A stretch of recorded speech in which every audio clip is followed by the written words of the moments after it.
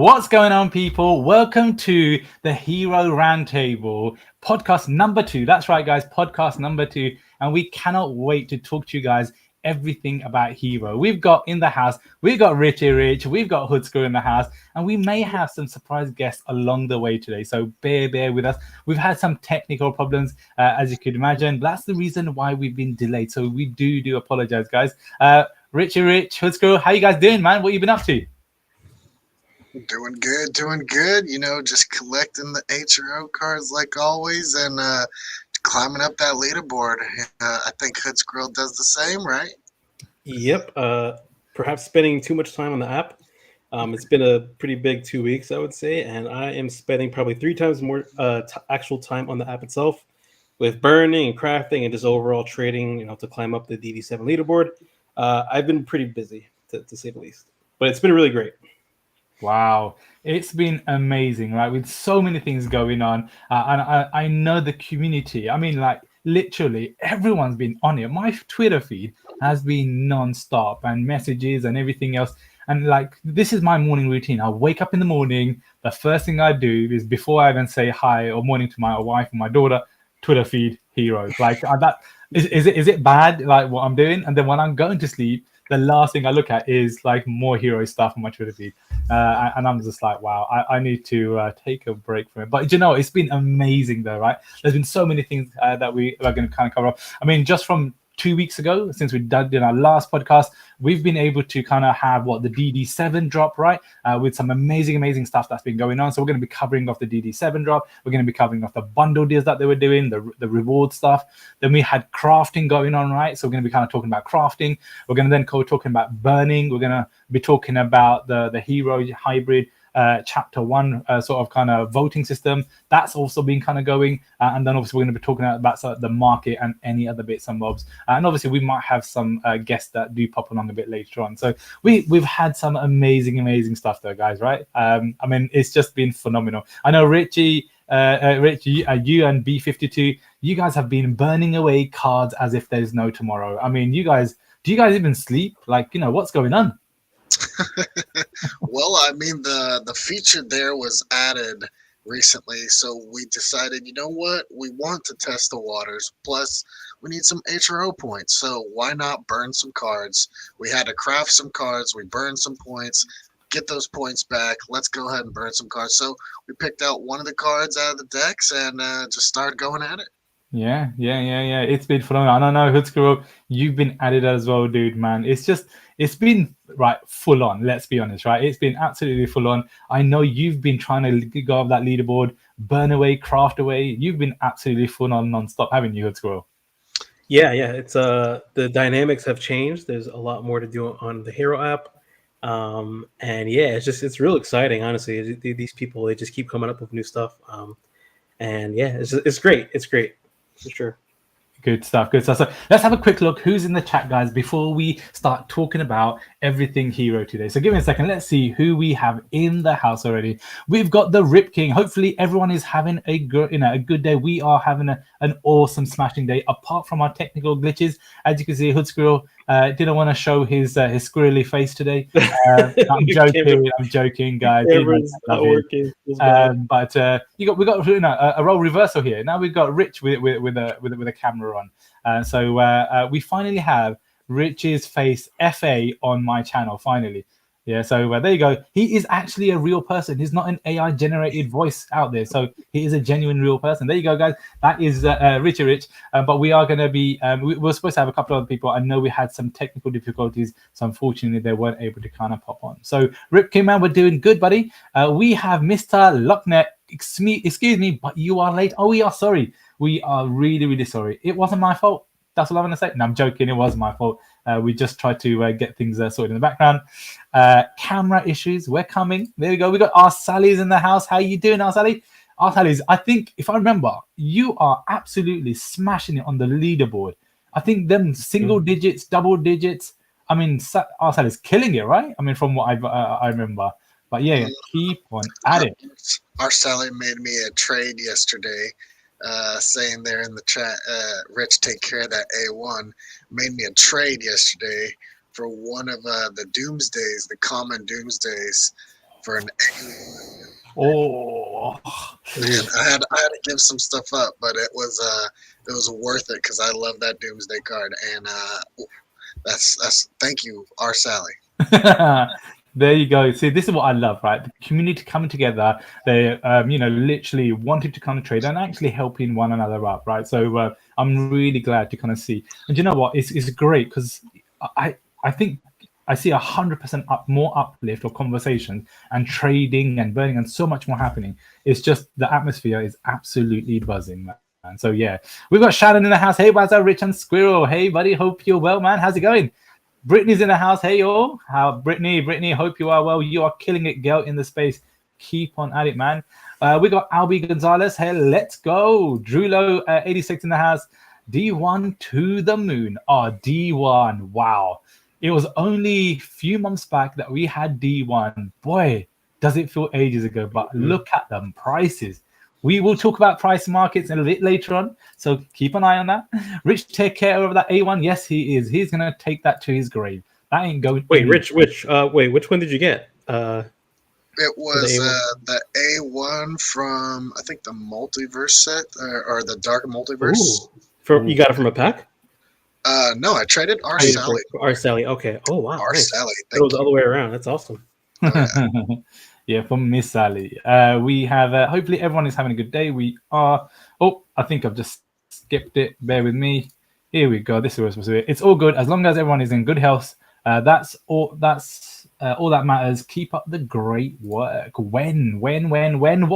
When what, Lilypad? When what? So, guys, let's crack on and let's talk about, first and foremost, DD7, the multiverse, which got a drop that we literally just kind of had, about a week ago. It's been phenomenal, right? I mean, it's just been like the artwork on it has been amazing. The bundles that they've been that they've had going on, the rewards that they've been giving away. I mean, it's been crazy. I mean, how have you found, Digital Drop 7 compared to all the rest of them, apart from Digital Drop 1, because we all know we love Digital Drop 1, right? How have you guys found DD7 so far? Let's grow. Go ahead. It's great. I love it. I love how it's a bunch of classic cover arts. The cards are nice and refreshing. I think others probably agree with me. You see people like Bane wake up all of a sudden, and he's like just chasing for that number one leaderboard position now. There's a lot of new users coming back. A lot of my friends actually came back, right? They stopped after DD2 and they started collecting again. I don't know if it was because of the set or maybe it was because of the bundles or a little bit of both. But there's definitely a lot of hype around the set, and yeah, things are looking good for sure. Yeah, for sure. Rich, what are your thoughts about DD7? DD7, well, it is the first set of the year, first digital set of the year. It's looking good. They brought a lot of old comics back, grails, should I say, those legendaries, those 3 legendaries. I gotta say, I absolutely love those 3 legendaries. There's 300 of them each. It is what it is, but there's more comics out there than there ever was. 300 only there. I think that's a good amount to collect. So I had to pick up 3. As I told you guys, right? As I told you guys 2 weeks ago. Did I not tell you guys? Something in me. I didn't pull a Batman, a Superwoman, a Wonder Woman, or a Superman. I did not pull any of those, right? But what did I do? I found it at the right bottom price, and I bought them out, and I got them because I said, you know what? I have to have those, and they were at such a good price that I bought those 3 legendaries. I actually traded for the Wonder Woman. I traded a Flash Epic from the Justice League set, so I was able to trade up on that, and I had to buy the Batman and the Superman, but at really good prices. So that's what I'm saying. I had to get those, had to have them. I didn't pull them. I'm a collector. I had to have them, so I went and bought them, right? They're going to be great cards. I think they're going to be great cards because they're grails from these sets. So that's all I'm going to say. They're great cards, grails, first set of the year. They have to be bangers. So that's all I'm going to say. Collect these as you will.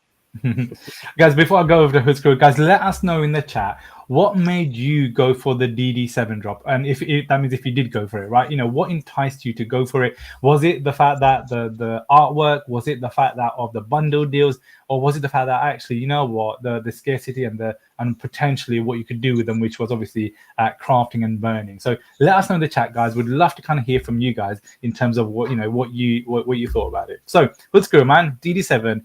I know obviously you're a massive digital fan as well at the same time. What made you go for DD7? What enticed you into it? What made honestly, the free packs that Hero gave out to top holders. I usually like to complete my sets afterwards. I've been doing that since after DD3, but I don't know. I got these free packs. I said, let me rip them open. Boom, I'm missing like 2 legendaries.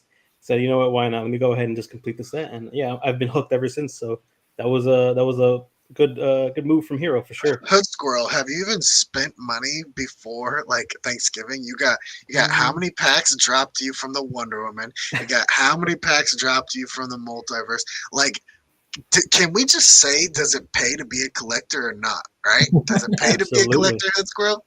100%, 100%. And it's funny because even with the Wonder Woman cards, I did sell a couple of my low bins. I took some money out, and what did I do with that money? I went to GameStop and I bought 6 boxes of Chapter 1 or Chapter 2, I should say. So that was what, 6 boxes. I was able to pull 2 mythics out of that, and it was worth it, man. I just put the money right back into the platform. Wow, love it. Awesome. Absolutely love that though, right? And I think, you know what, guys, as you guys know, with these videos, these are for entertainment purposes. We don't give any financial advice. Please do your own due diligence. But you know what, as collectors, we absolutely love collecting, and you could see it from what we sort of kind of do, what we do, whether that's collecting to trading to reinvesting back into buying more boxes. Some may call us crazy or whatever it may be, but it's really a fun thing to do, and we absolutely enjoy it. Whether it's going to be for your own personal reasons, whether the fact that you're investing for it for long term, whatever it may be, right? These are some amazing grail cards that have been coming out. I think for me, there's been 2 reasons why I sort of kind of went in, that I've gone in for the digitals, right? The first one, foremost one, was the artwork itself. The artworks were just top level. I mean, it was amazing to kind of see the level of artwork, and especially them legendary cards where there's that bit of animation, right? Where you could actually see, Superman #1. Then you obviously could see Batman and Robin flying across the city, and then you obviously had Wonder Woman with a rope just slow motion moving. And I think for me, that just did it. They're classic artwork, right? And everyone knows what these artworks are. And if you're a person that's collecting for long term, or if you're a person that's sort of kind of investing, whatever it may be, these are going to potentially hold value for long term, right? And these are potentially going to be growing and growing, especially with what we're seeing, in the crypto space, where things are slowly starting to get back, on the up, right? And I think that's going to be the key thing. So I think that's the first reason. The second reason were the bundle deals. So for me, the bundle deals were the best move that Hero have made by a mile. It really got me enticed. I'm not gonna lie. Initially, I didn't know about the bundle deals, but the second they announced, I was like, hang on a second. This might potentially be worth getting, because actually what you're able to get with X, Y, Z. Obviously, I had bad luck and I couldn't deposit money with issues that we kind of had, etc. But they finally fixed it. So by the time I was able to buy any packs, I could only buy standard packs. Couldn't get any premium ones, but hey ho, it's all well and good nonetheless. But the packs that were people were pulling, the low mint digits, and I kid you not, like if I saw what people were pulling on premium packs to what people are pulling standard pack, if I take Brittany, for example, what she was pulling, she pulled 5 legendary cards out of standard packs. Crazy. 5. Yeah. Good right? luck. And she pulled 1 from a premium pack. So it then made you wonder, oh my God, the value on the standard pack is phenomenal. Mm-hmm. I mean, literally, she was trading up, getting more packs, trading. I mean, who do you know ended up getting 6 legendaries? I mean, that's just phenomenal, right? So I think for me, they're the 2 reasons why the bundles were really great value and a great entry level, especially for new people that are just joining Hero platform. And I think that's going to be a really, I hope they keep that and move that forward into the next drop and really get that enticing, getting people inside. But the question I then ask is, with all these amazing comic, what do you call it, artwork that they've already brought out. What's left? What is left to be bringing out in the next future ones, right? And I think that's where I'm like, hang on a second. Have we been able to potentially bag some amazing deals, amazing artwork already before before this platform hero goes viral? I mean, what are your thoughts in regards to that? Have we been lucky, guys? Are we the early adopters? Yeah, Let's grow.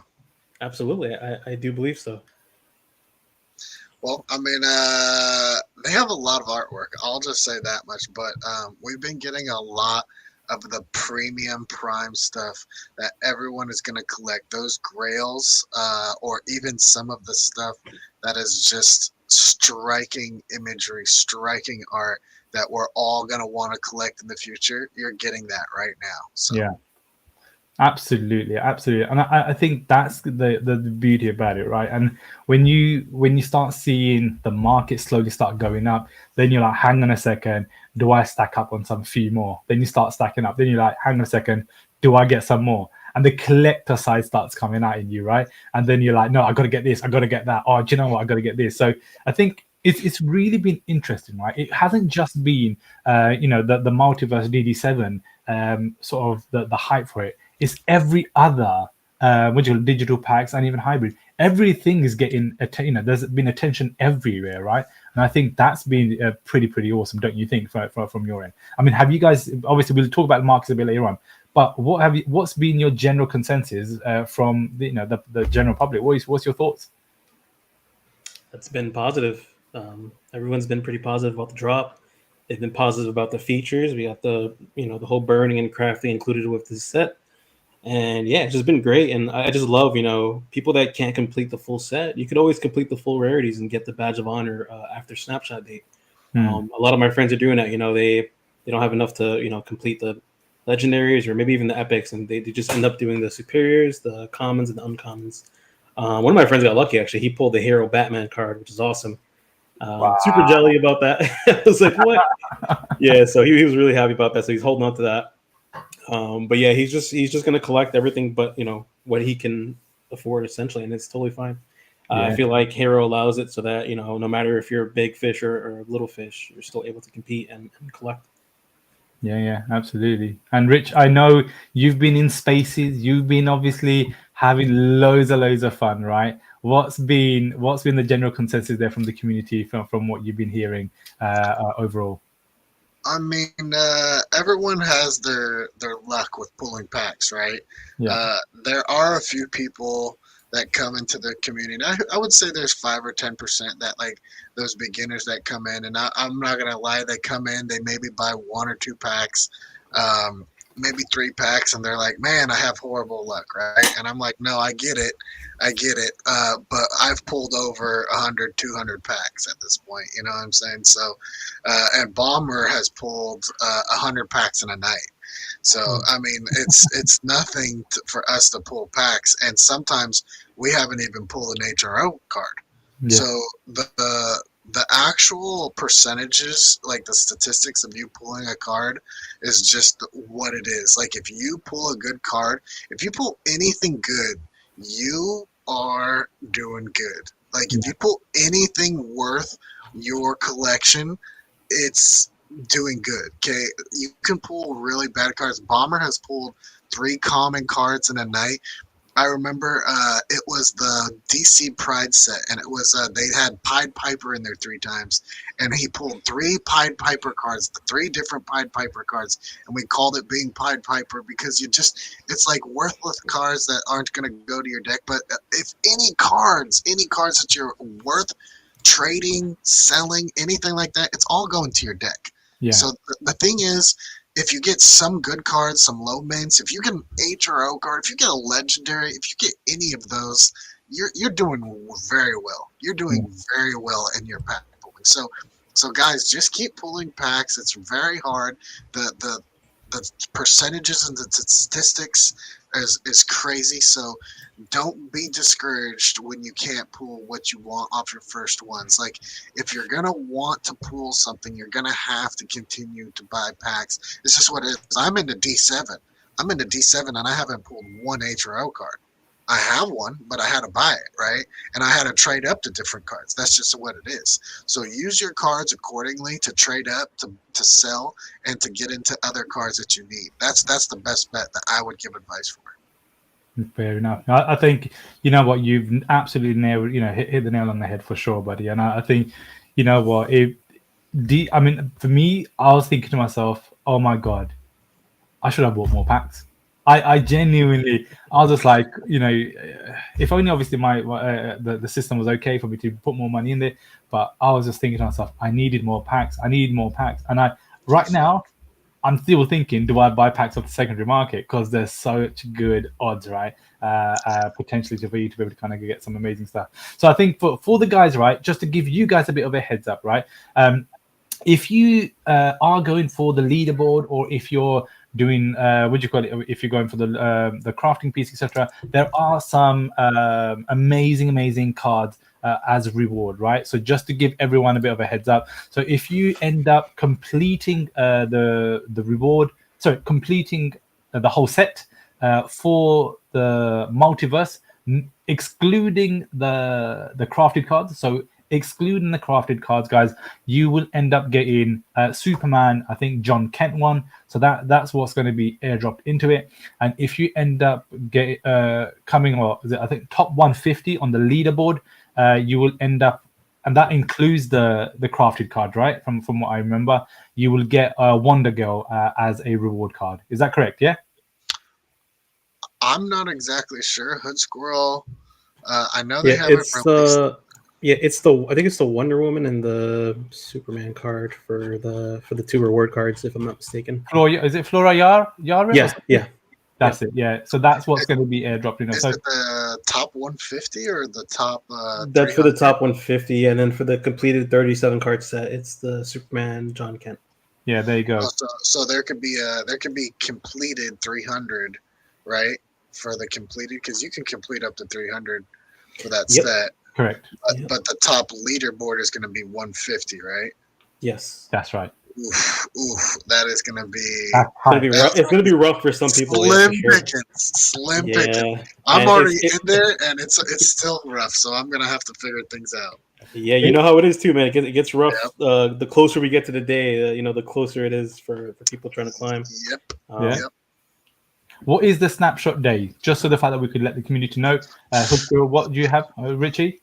Snapshot date. 1 second. I think it's is it next week? Hold on. I think it was. Was it on the 9th? Is it the 9th? It's either the 9th or 11th. One of them. I can't. Let me see something. I can't really. Possibly. Hood Score is just checking it all out, guys. So obviously the snapshot day is coming up very, very soon. So February 9th is February the 9th, just confirmed again, right? So February 9th, guys, is going to be, and even our Sally's just confirmed it as well. February the 9th is when the snapshot day is going to happen. You need to make sure you're somehow in that top 150. And guys, it will be relentless. It is going to be punching. People are going to be dropping out from that top 150 if you're not, on top of it for sure. We've seen it happen on many what do you call it? Cut-off dates on snapshot day. So please, don't take a risk. Don't think to yourself, do you know what? It's okay. I'm in top 120, top 110, top 100. I'm going to be fine. Because trust me, they go down quick, right? And we've seen it happen, not just in digital, but we've seen it in hybrid and many more things, right? So keep an eye on it for sure. Get your trades in early, trying to see what deals you could kind of make. Don't wait until maybe later on, because potentially, right, the price in the market might be a lot more higher. So I think for me, that's going to be something that I'd sort of kind of, what I do, not financial advice, but keep an eye on it. But before we continue, guess who we have? We have the one and only, the legendary. Here we go. We're going to add him to the stream. We've got Q Relief in the house. Let's go. Can y'all hear me? Yes. We could hear you, man. We could hear you. How's it going, man? Not bad. How y'all doing? Yeah, we're doing good. We're just having a good old chat. The round table. We're calling the Hero Roundtable. You got to be talking everything about Hero, man. How's it been there for you? You've been enjoying DD7. We've just been talking about it all this time. Yeah, I've been enjoying DD7. I like the crafting. The crafting's cool. I don't do all a lot of the collectibles and everything. I was heavy into CrossFit sports and all that, but I found HRO. I used to do stuff when I was little. As a little kid, I used to collect a lot of Marvel cards. My dad used to take me and my brother out, and me and my brother had some fond memories of doing that. So I saw the DC stuff, and it was kind of got into the NFTs a little bit. So it's like, oh man, I gotta try this out. And I've been hooked. That's cool. This is your first digital set, right? Fun for me. I had some fun on Discord. Yeah, absolutely. This is your first digital set, no? What's that? Is this your first digital set on Hero? Because I know you're more of like a hybrid guy. It wasn't my first NFT. My first NFT was actually what was it? The Bruce Lee off of what is that? I think I know what you're talking about. I have to look it up right now. I can't remember the name of them. I just I bought it and put it to the side and just forget about it. I'm not going to sell it. I'm just going to keep it and see what happens with it. So I think I spent, I think they were like, about $1,000 for each one at the time. And there's like 50 of them or something like that. And then they did like a one that was 25 and it was like $2,000. And then they did one that was a bigger mint. Can't think of the name of them. That's bothering me now. It's so good. It's right.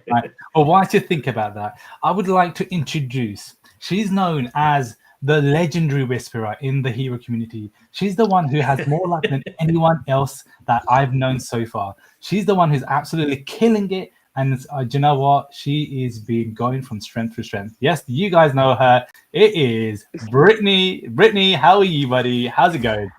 I'm good, Wazza. You're so funny. The legendary. You're so funny. Whisper. I'm doing great. You just gave me a big chuckle there, but I'm doing awesome. Thank you for having me on. I hope you guys are all having a great night. I've been watching silently in the background until I got ready to come on. So, yeah. Thanks for having me.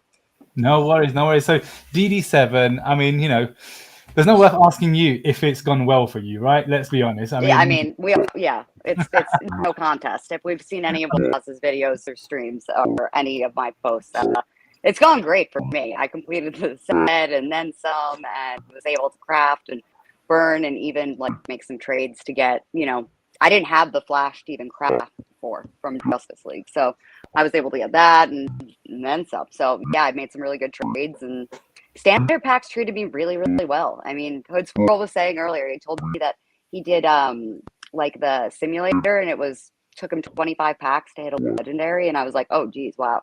I hit like 4 legendaries out of standard pack. So, and only 2 from premiums. How'd that work out?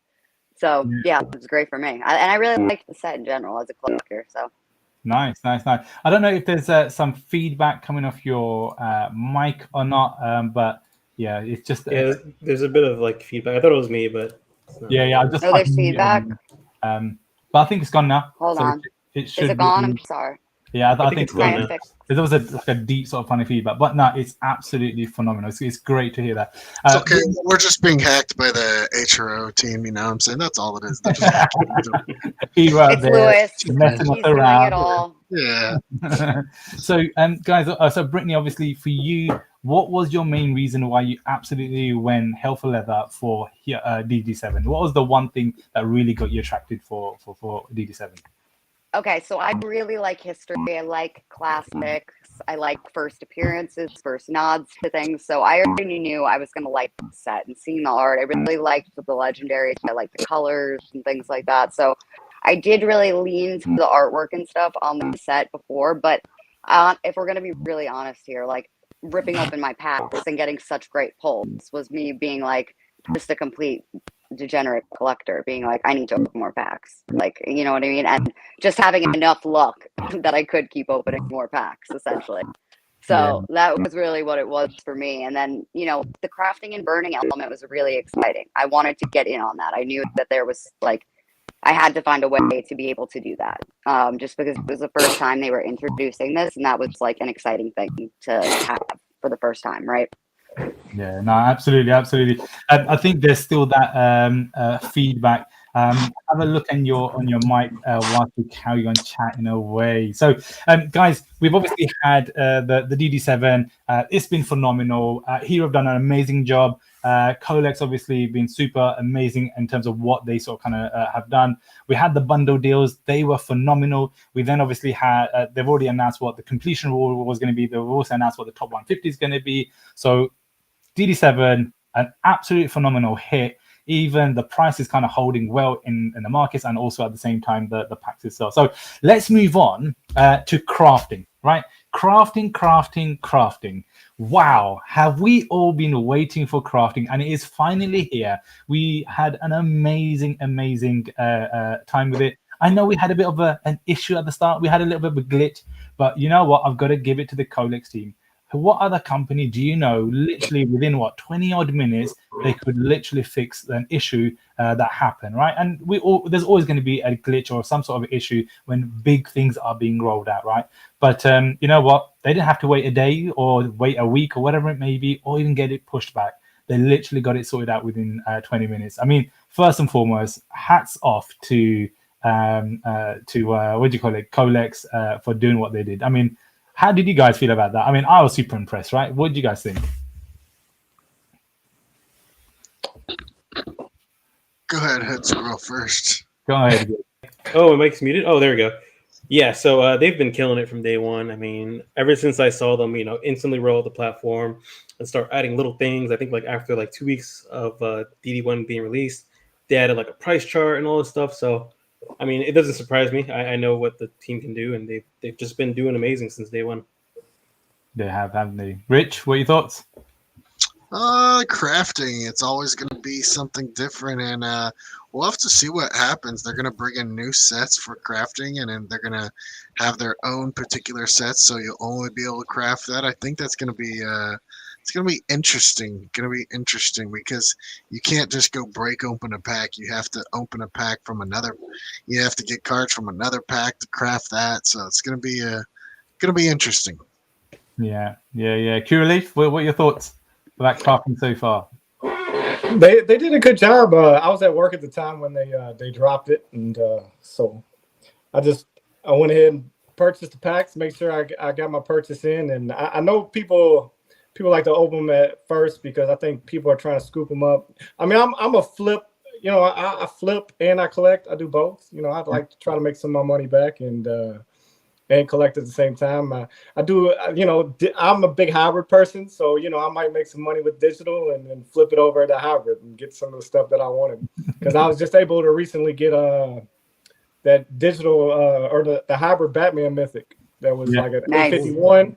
And I flipped some chapter 2 and I flipped some digital and then I got that. That's one of the cards I wanted. I wanted the 2-digit mythic. So Batman, you can't beat Batman. That's it. Absolutely. You can't beat Batman at all. Brittany, what's your initial thoughts about crafting? One of the first platforms, I mean, it's not the first, but one of the first platforms in order to deliver crafting, and it's been phenomenal. What's your initial thoughts for it? Well, my first thought is I hope my audio is not trash. So tell me, is it okay? Okay. That was my big worry. I'm sorry, guys.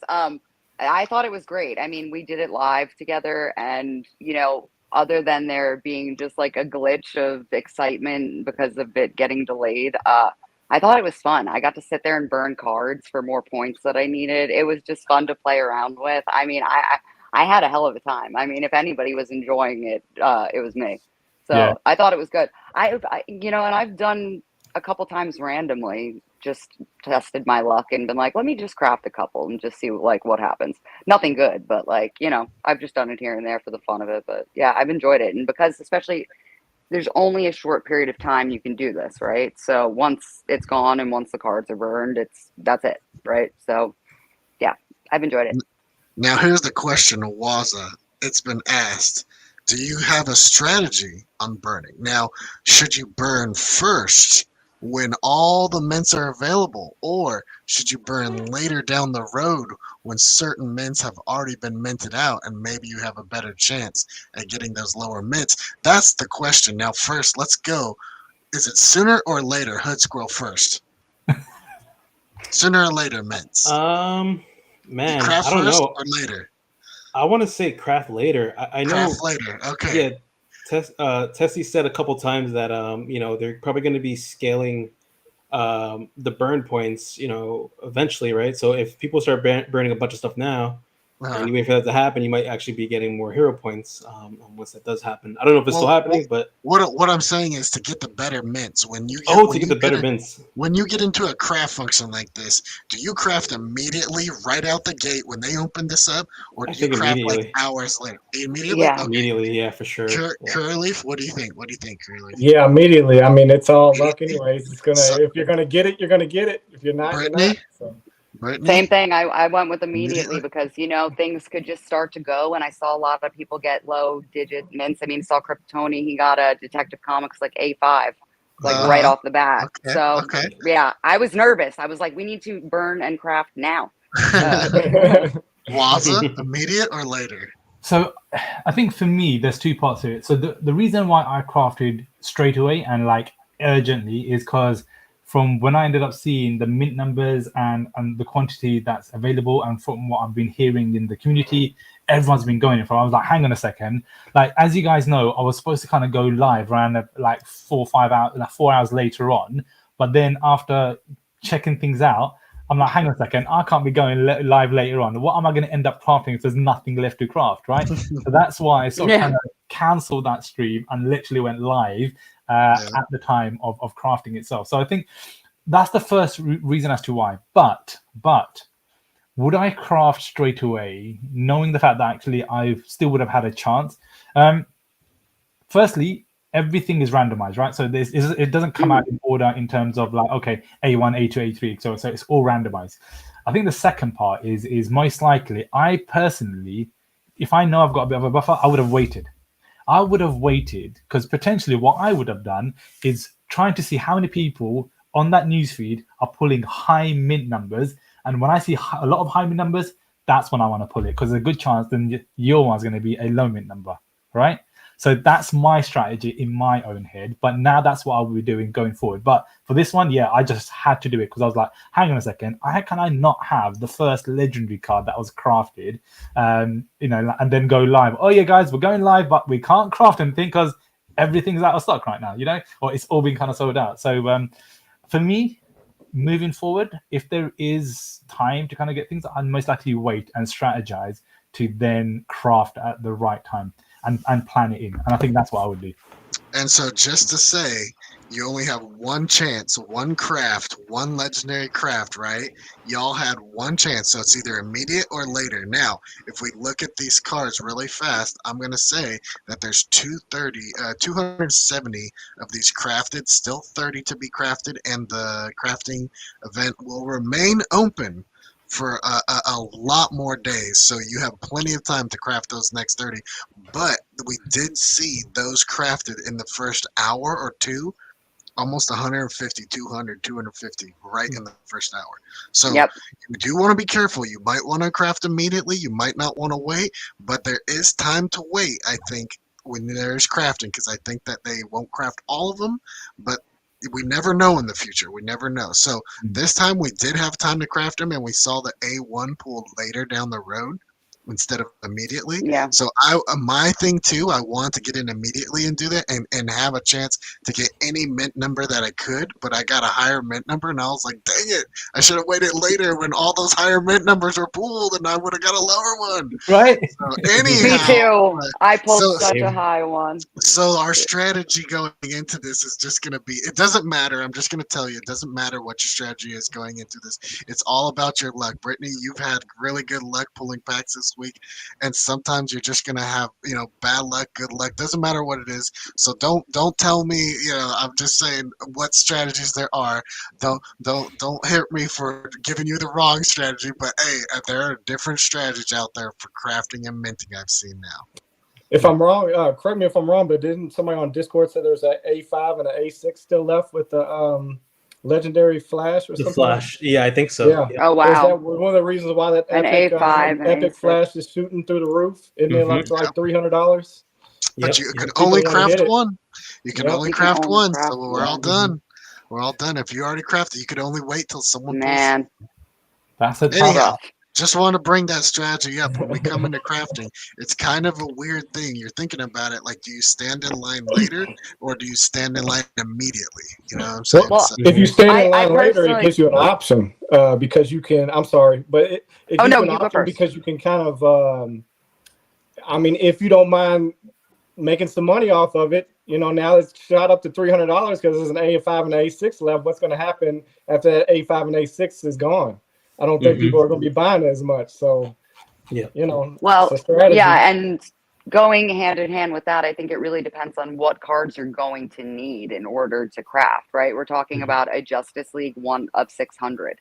So that's already, we're talking about a scarce supply there. It wasn't a card on the market when you went to the market that was already, I'd say, affordable. It was probably $170 when they announced that you'd need it to burn, right? And then you'd need 2 superiors also. So I think that's really going to determine how fast people go into crafting. Let's say you have to use a card that's more available. Let's say it's a 1600 edition. More people are going to go into crafting off the bat, right? So, and I think you're just going to have to weigh it per situation, really. But I don't know if I should have waited because we did 3 of us on stream, Wazza, Prez, and I, and Wazza and Perez pulled really great low mints, and I pulled a 292 legendary flash. But that's just how the cookie crumbles, right? Like, Same it's just here. so random. Same here. Yeah, So mine's in the random. 200. Yeah, it's random for sure. Yeah. But I think, you know, whatever strategy you use, it's all going to be, I guess, whatever your preference is, right? And there's no right or wrong answer, as you said, Rich, right? And it's just trying to see what's right for you. But the key to it all is, whatever you do, just don't lose out. Don't wait too long, because then you're going to end up not getting one if it potentially kind of runs out. I think there's one thing, right? There's only one thing I sort of kind of, I guess, improve on, if anything, which is that epic flash card that was required for that legendary craft. I think they should have done an event where there's like a countdown and they sort of kind of reveal what card is going to be required for that thing, rather than putting it maybe just on Discord. And it's sort of kind of like, for me, it was like 12 hours later when I woke up, because it was like done quite late. I was like, hang on a second. I completely missed that. It was only on Discord from what I remember. It didn't come out on other, forms of communication like Twitter, etc. Because some people don't actually go into Discord. Some people don't go into Twitter. Some people actually just might want to go into YouTube. I think potentially moving forward, and hopefully the Hero team, may be listening. I'm guessing they might be in the background. They always do, right? I know. I love the Hero team. And the hard thing about that was is that they want to try to get you on a gimme. They want to try to make people not list their cards, right? So I had one of my epic flashes listed for $20. When that happened, I wasn't even paying attention. Sold for $20, and then all of a sudden it pops up to this, and I'm like, huh, I just sold them for $20 like 2 days ago. Yeah. And I'm like, But see, I'm also a loyal user, but I don't use Discord. So I'll give you a real-time example. I got this information from Wazza after he woke up 12 hours after all of you guys. So do you know what I mean? If this would have been on Twitter, I would have it would have said a lot of information too, that I have to get it through other people. Yeah, I think the countdown's a good idea. I think a countdown, they don't tell us what the card is until it goes to 0, and then it gets revealed, right? I feel like, I don't know, I don't think that's a good idea, because then you're just kind of creating this sort of like across the board pump and dump type of thing where people are just speculating, and then they're pumping everything up to like 3 to 4x, and then maybe somebody is just buying one at the top, and then boom, it's not even that card, and then bam, it falls back down. I doubt that's going to be the price. case, right, Hood Squirrel? Because if you think about it, the amount of cards that there is, it's going to be really hard to try and pump down every single card. I mean, unless you'd be surprised. Right? I know, right? People go crazy. But this is their first time doing it. I think number one, it's healthy for the market, right? Because I doubt there's going to be one, but there's also at the same time, it allows every user to actually have a chance, whether the fact that you're from Australia to somewhere in Europe to somewhere in the States or Canada, wherever it may be, it allows everyone. Plus, the third thing is it also creates hype and that interest, and it's another event that people look forward to.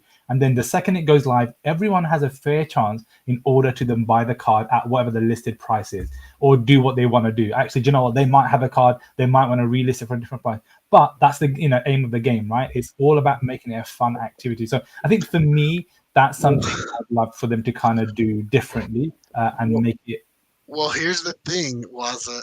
It's an all call right now. Right now, you now have the attention, right? You now have the warning. Then when they do this again, you better get all your cards off the market. Exactly. Because this is the all call. This is the wake up. This is the wake up button. Mhm. This is like when this stuff happens, you can be first. And that's what happened with me with Green Lantern too. I went out for a set and then the Green Lantern stuff happened and I was like, what did I do? Why did I miss out on that set, right? So I stopped missing out on sets, but then I didn't miss out. I stopped missing out on the Discord because of this.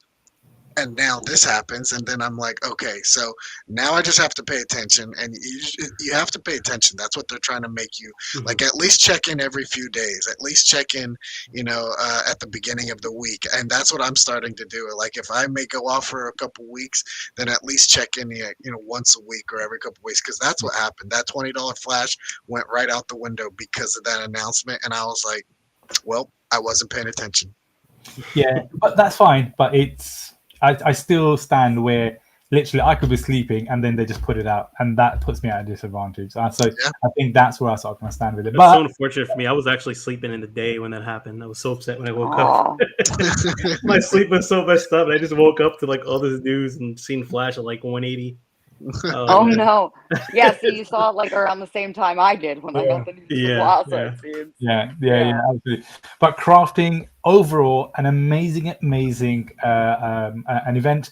They absolutely delivered it. People had a great experience. Apart from that little glitch, they've been able to still craft away, and I think the market has been absolutely looking healthy. And I cannot wait for the next crafting event to kind of happen. I mean, what could it be? What does it kind of look like? And you know what? I am so up for crafting. It's unreal. I enjoyed completing the crafting set more so than the actual multiverse set itself, because the crafting one was just super dope, right? People were going for that leaderboard. They wanted low mint numbers. I mean, I remember Arsali, Arsali is killing it, right? Brittany, you know this, right? Where you're seeing this. Rich, you did a trade with Arsali, right? And everyone's still kind of doing these little trades, and we're still nowhere near with the snapshot date. But when it comes, it will come. But overall, crafting has been phenomenal, and well done to them. So quickly before we carry on, guys, I was going to quickly read some chat stuff because I know people have been typing away. I'm not ignoring you guys. Give us a chance. We will get through this. We just enjoy chatting away. And guys, if you haven't done so, please do us a favor, like this actual video. So let's help get this video go viral. It's going to help with the algorithm, etc., for YouTube to kind of push it out. So please like the actual video itself. It's not that hard. It's just there, sort of kind of down here. Just click it. There you go. And if you haven't done so, guys, please do me a favor. Subscribe to the actual channel itself. We're trying to get to 1,000 subscribers, and with your help and support, we could definitely get there. We are doing the HRO Roundtable every 2 weeks. So every 2 weeks, guys, we'll be doing this. And depending on how much is going on in the HRO space, we might then end up doing it on a weekly basis or as an ad hoc, as an additional one-off week. So, we are definitely going to be doing this every sort of 2 weeks. There's some amazing stuff that's happening in the space, and we cannot wait to share these things. And we're going to have a lot more guests coming on board for sure. So subscribe. It's free. Apparently, that's what they told me. It's free to subscribe, right? So go ahead. Q-Relief, Brittany, you subscribed? Yeah, good. If you haven't, I'm so sorry. Yeah, yep. I've hit it. I hit the subscribe button. Good stuff. All right, so we have got Kassan saying, any tips for the upcoming snapshot? Trying my best to stay below the 200 leaderboard. So, Rich, what is your suggestion to try and stay below the 200 on the leaderboard? If you can, Kassan, try and get below 150 if it's possible for you. Obviously not financial advice, but try and get there, because actually potentially if you are able to get the crafted cards, it might help you there as well. So Rich, what is your strategy? What would you advise Kassan to do? Well, I mean, first off, hopefully you've pulled some packs. You know what I'm saying? At least you got some standard packs you pull, you got some cards to trade and everything. So at least if you have somewhere where you've started off on your collection and you have some cards to fill in, let's go from there. Once you at least have some cards to fill in, go to the market and at least try to get some of the lowest price cards that you can fill in for your set that you can start off with. That's going to give you your best points possible building up into the leaderboard there. Then once you actually have some cards that you've filled in, you have some good points, you're staying below the leaderboard.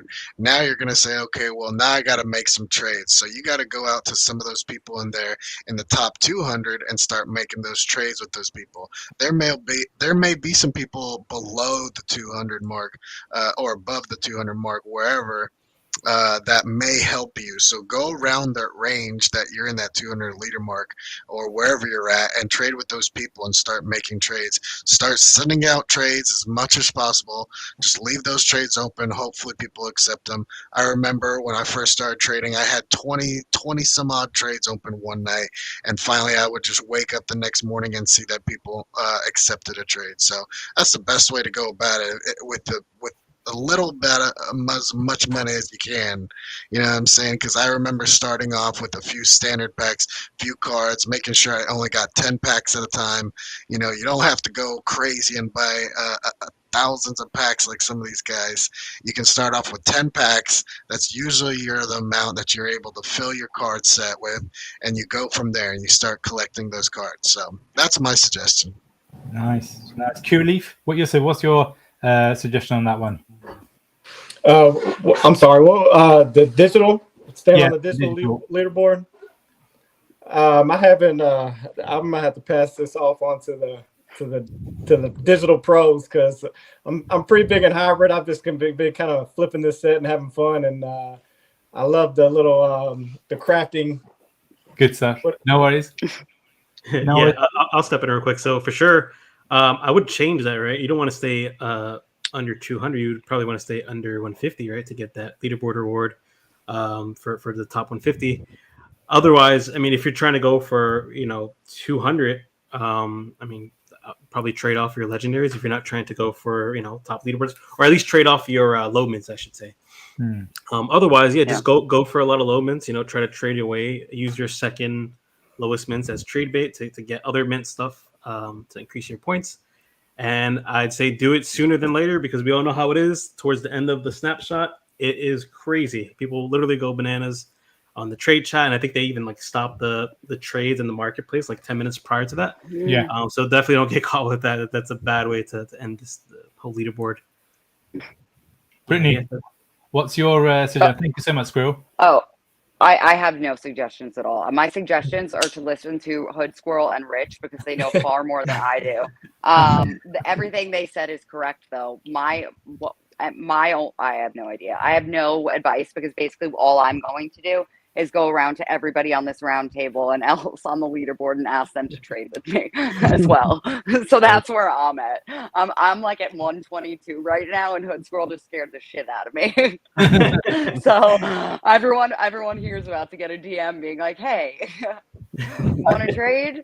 I think it's very sound advice, right? That Hood Squirrel just given. So I think first and foremost, guys, know the fact that the market is going to be closed 10 minutes before, roughly 10 minutes or so before the snapshot time itself.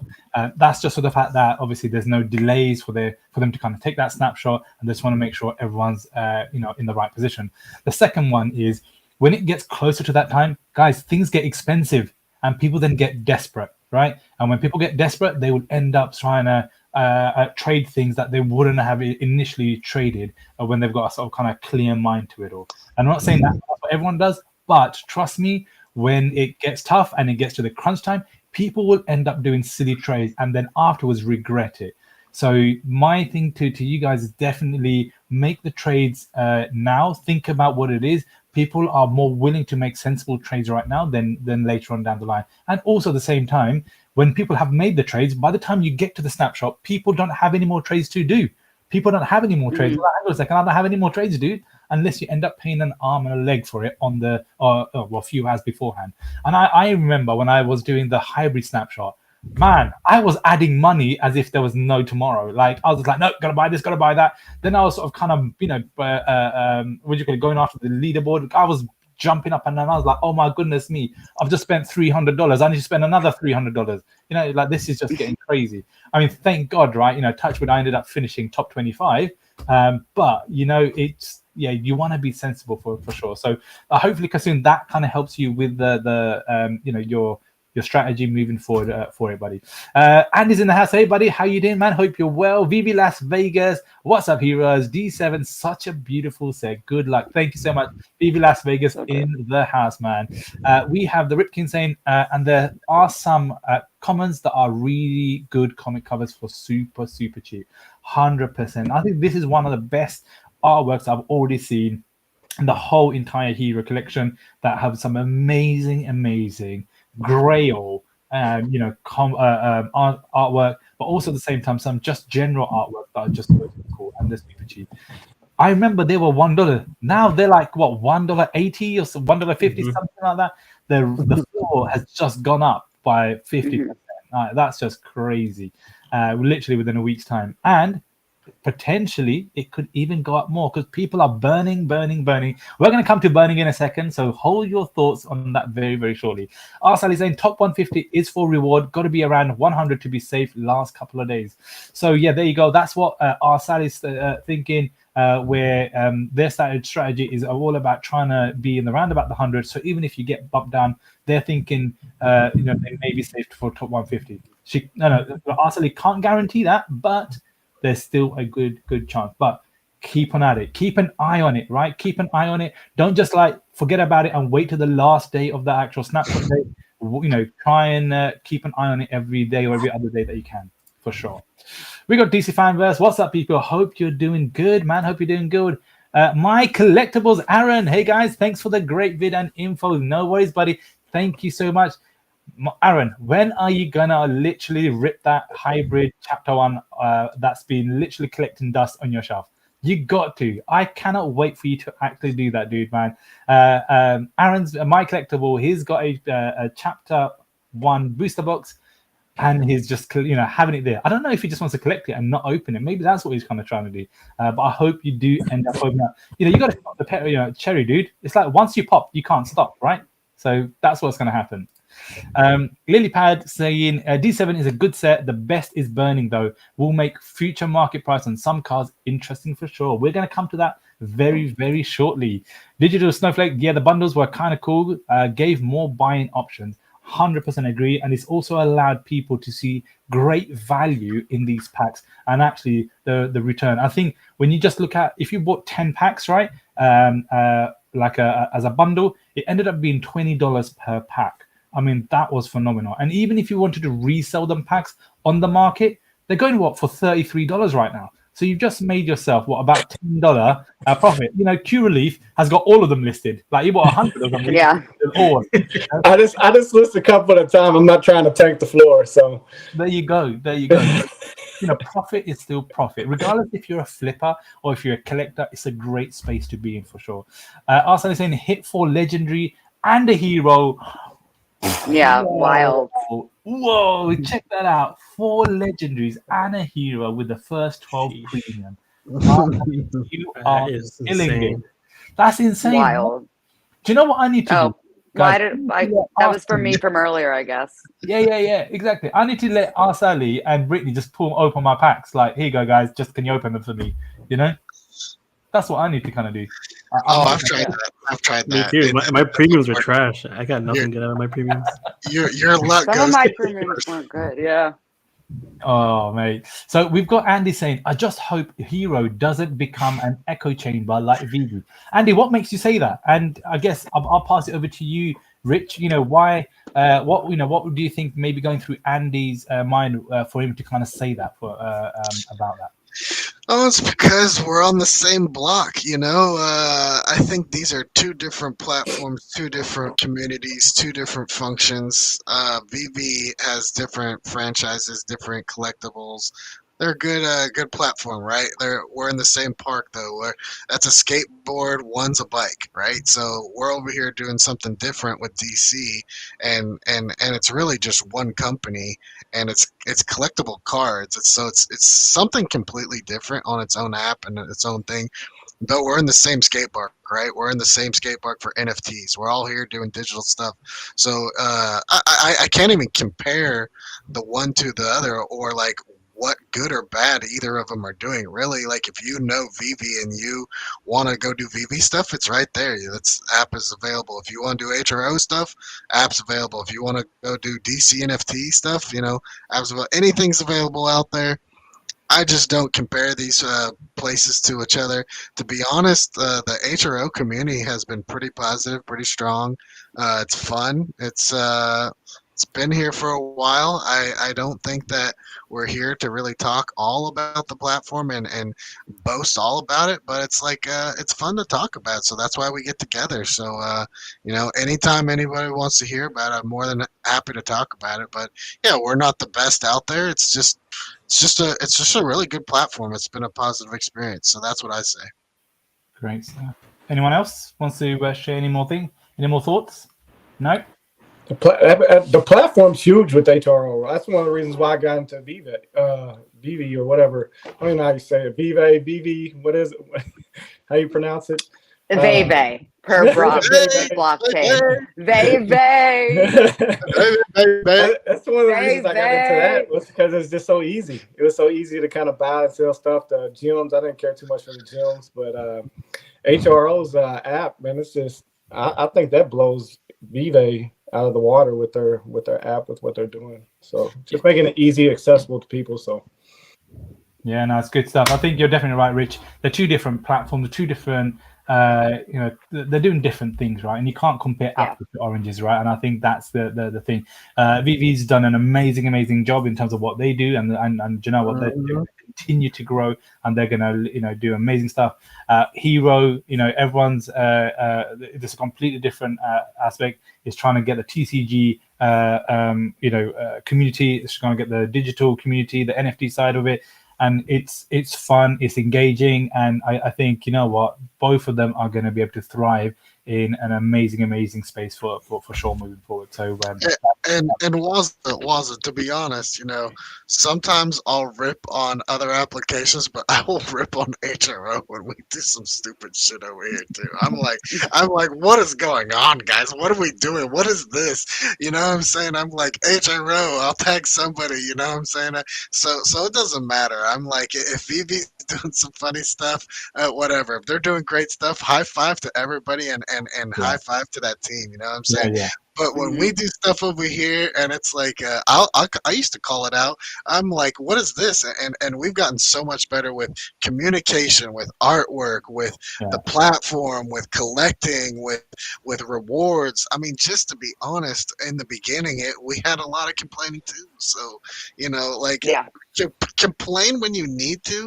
Just don't be a broken record. You know what I'm saying? Say stuff when you need to about a platform, but don't harp on a platform and just keep at it. You know what I'm saying? If you don't want to be a part of the platform, don't be a part of it. If you do, it's out there. I jumped into VeVe, but I made one thing. I was like, I don't have enough funds to split between both of these. I was like, I got to go one or the other. So I went straight into HRO, and I'm all in. So that's why I'm here. Good stuff. I never say anything negative at all in Discord ever. Yeah, sure. Good stuff. So we've got Sharks throwing out fires. We're supposed to have Sharks on the stream. Unfortunately, his camera and other bits and bobs, technical issues came up on his end. So maybe next time. Maybe next time. We've got Digital Snowbox say the next digital drop will have a hard time living up to D7. Not thinking about that yet, though. Do you know what? I'm thinking, what can they do for digital drop 8, right? Wazza. They can do so many things.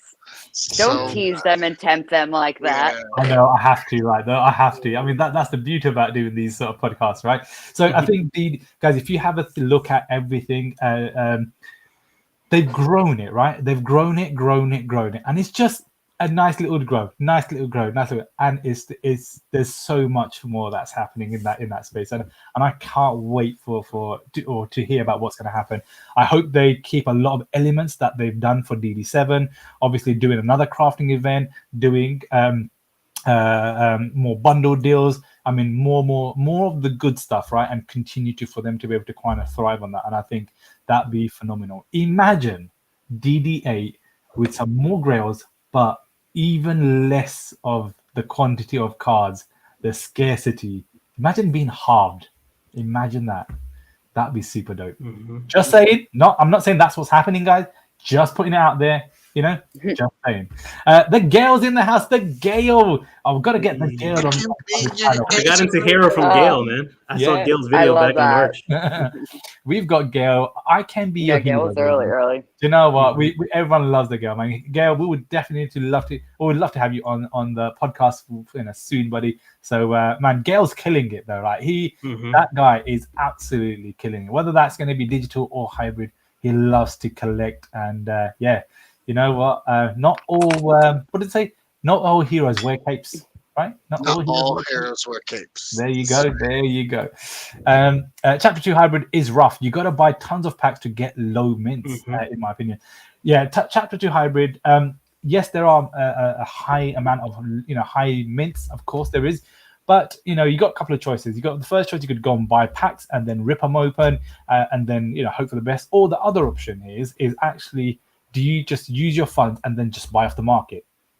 That could be another option to kind of do. So whether the fact that you rip them open or just go and buy them off the market, because potentially you could be spending, I don't know, $130, $120. I don't know how much is in the US right now, but similar prices in the UK.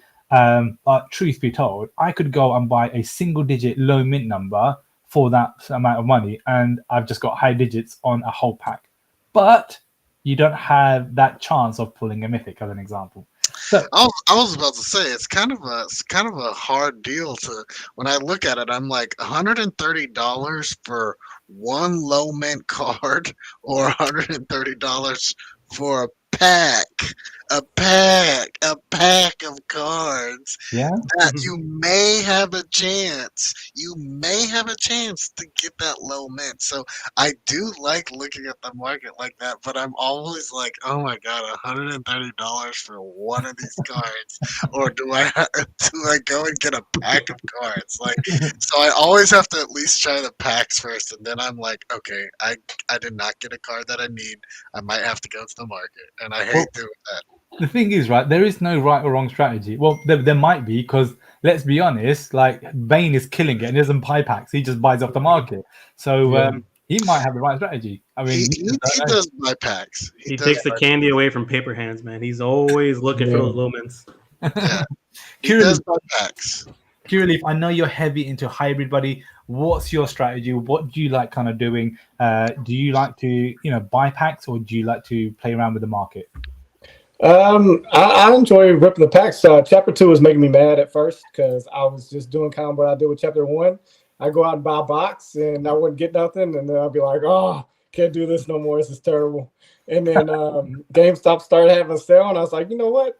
I'm just gonna go ahead and spend $500 and get me 6 boxes and see what I can pull. Yeah. So I pulled some good stuff out of those 6 boxes, flipped some, and made $600 back, and still had some good mints. And then it's like, I'm gonna go do this again.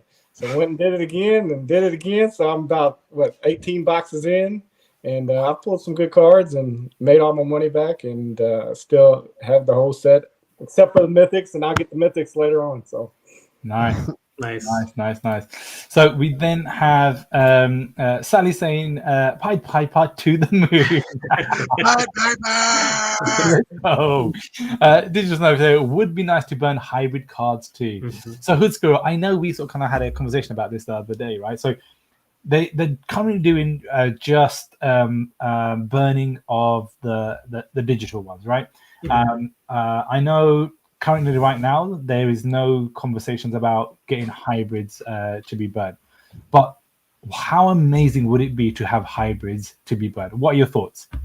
It'd be great. And I know the team is working on something. So as long as the team is aware that people are, upset that you're unable to burn hybrids, they're going to listen to that community feedback and they will absolutely do something about it.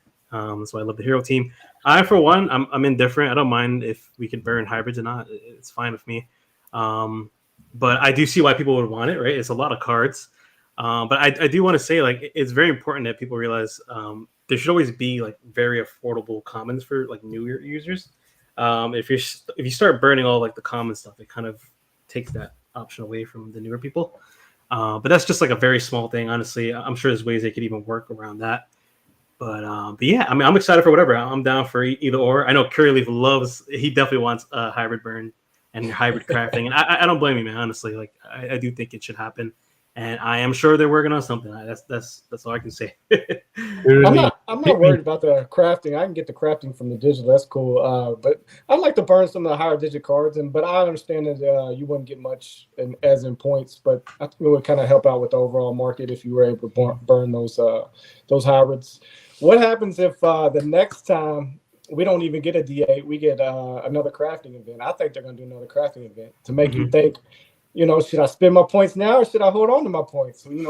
I think they're going to add some throw a wrench into some people's plans. Yeah, no, absolutely. We've seen so many people who are burning cards to get enough points for the next crafting event, because crafting can take up a fair amount of points, right? You needed to have roughly around about, if you wanted to craft a decent amount of cards and do the legendary, you need about nearly 80,000 or 86,000, something like that. So it was a fair amount of points for sure.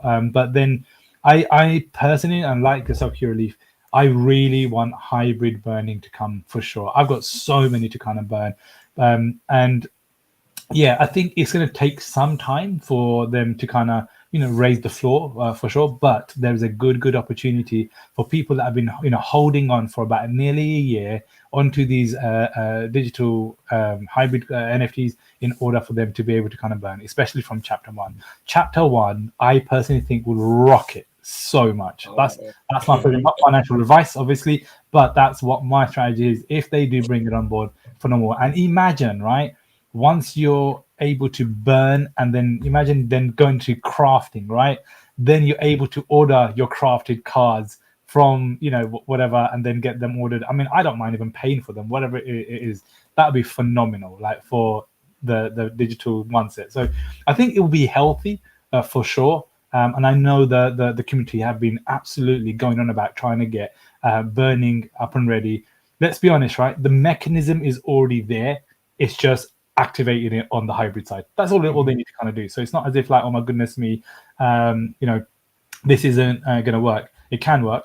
But also imagine, right? I've now just burnt an A1. I mean, I wouldn't, just to give you guys a heads up, but I've just now burnt this low mint card, but I only now have the physical. I've now graded that physical. So that is literally like, potentially it could be worth even more. It might not, but it's just one of them things. There's so many more dynamics to the whole thing. I think, it would bring a lot of fun and enjoyment and a lot of sleepless nights when I'm just burn. Curaleaf saying, dude, 12 hours straight, I'm still burning. My fingers are killing me right now. So I think it'd be super, super dope for sure. I gotta say though, I don't agree with the physical burning quite yet. What's your reason then? Well, I mean, you're gonna get a lot of people that decide they're gonna burn the digital, right? And then you're gonna try to sell the physical and tell people, and there's gonna be people out there that say, "Oh, this comes with the digital. This comes with the digital." Already burnt, and then they get screwed. So there needs to be some sort of system where you send in your physicals and they burn it with the digital. Like you need to get rid of that. You need to get rid of the physical. If you're gonna burn that hybrid card, you have to get rid of the physical. Like that's just how it should be, because we can't have the physical circulating without the digital also. But why not?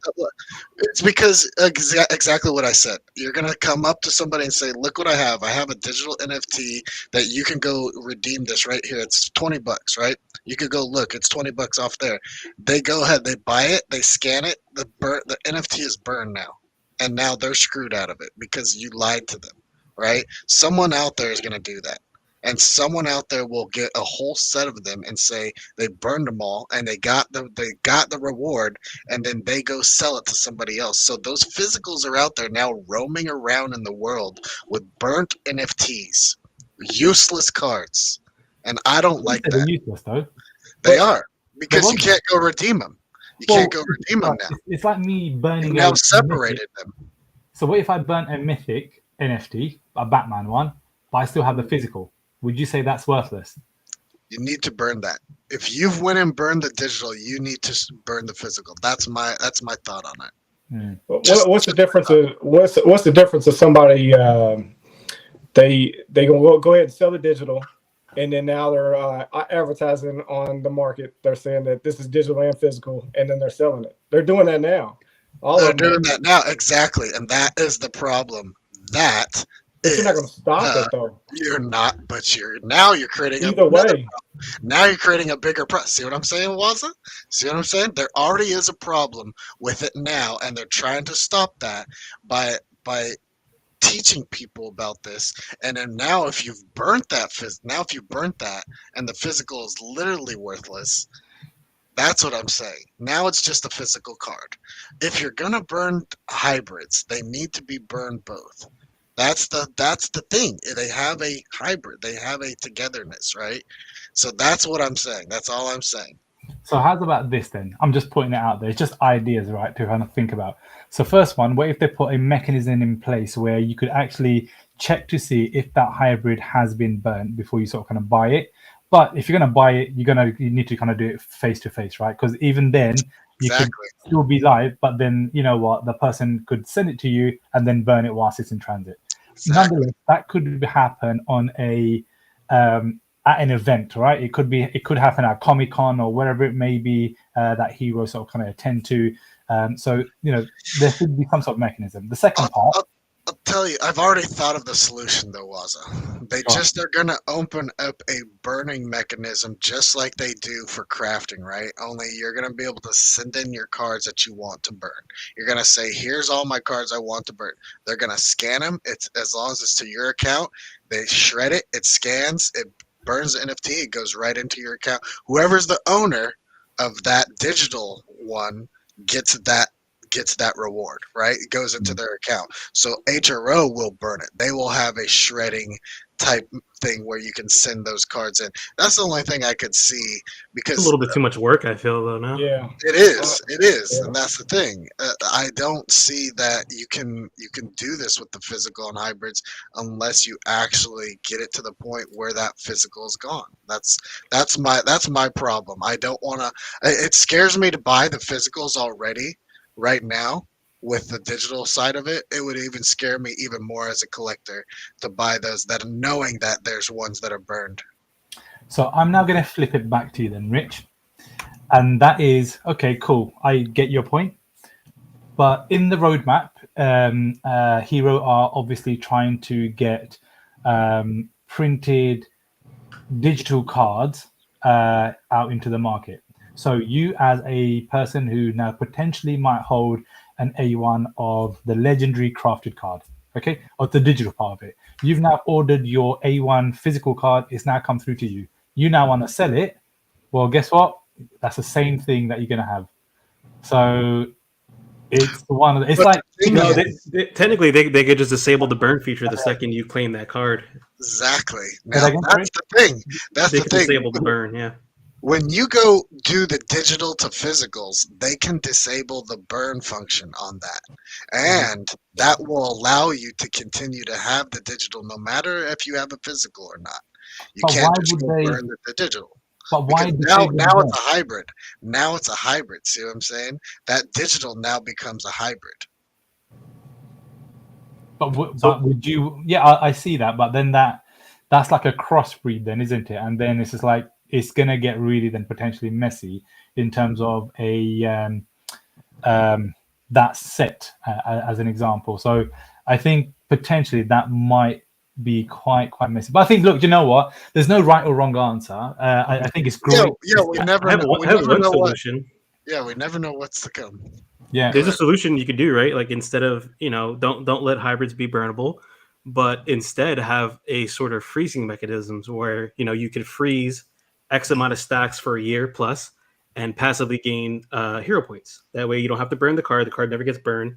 If someone somewhere down the line buys a physical on eBay and a couple years later they maybe want the card, they scan it and they research the guy's name. Oh, I want to see if you still have this digital card, like can I trade you for or buy it for me, whatever.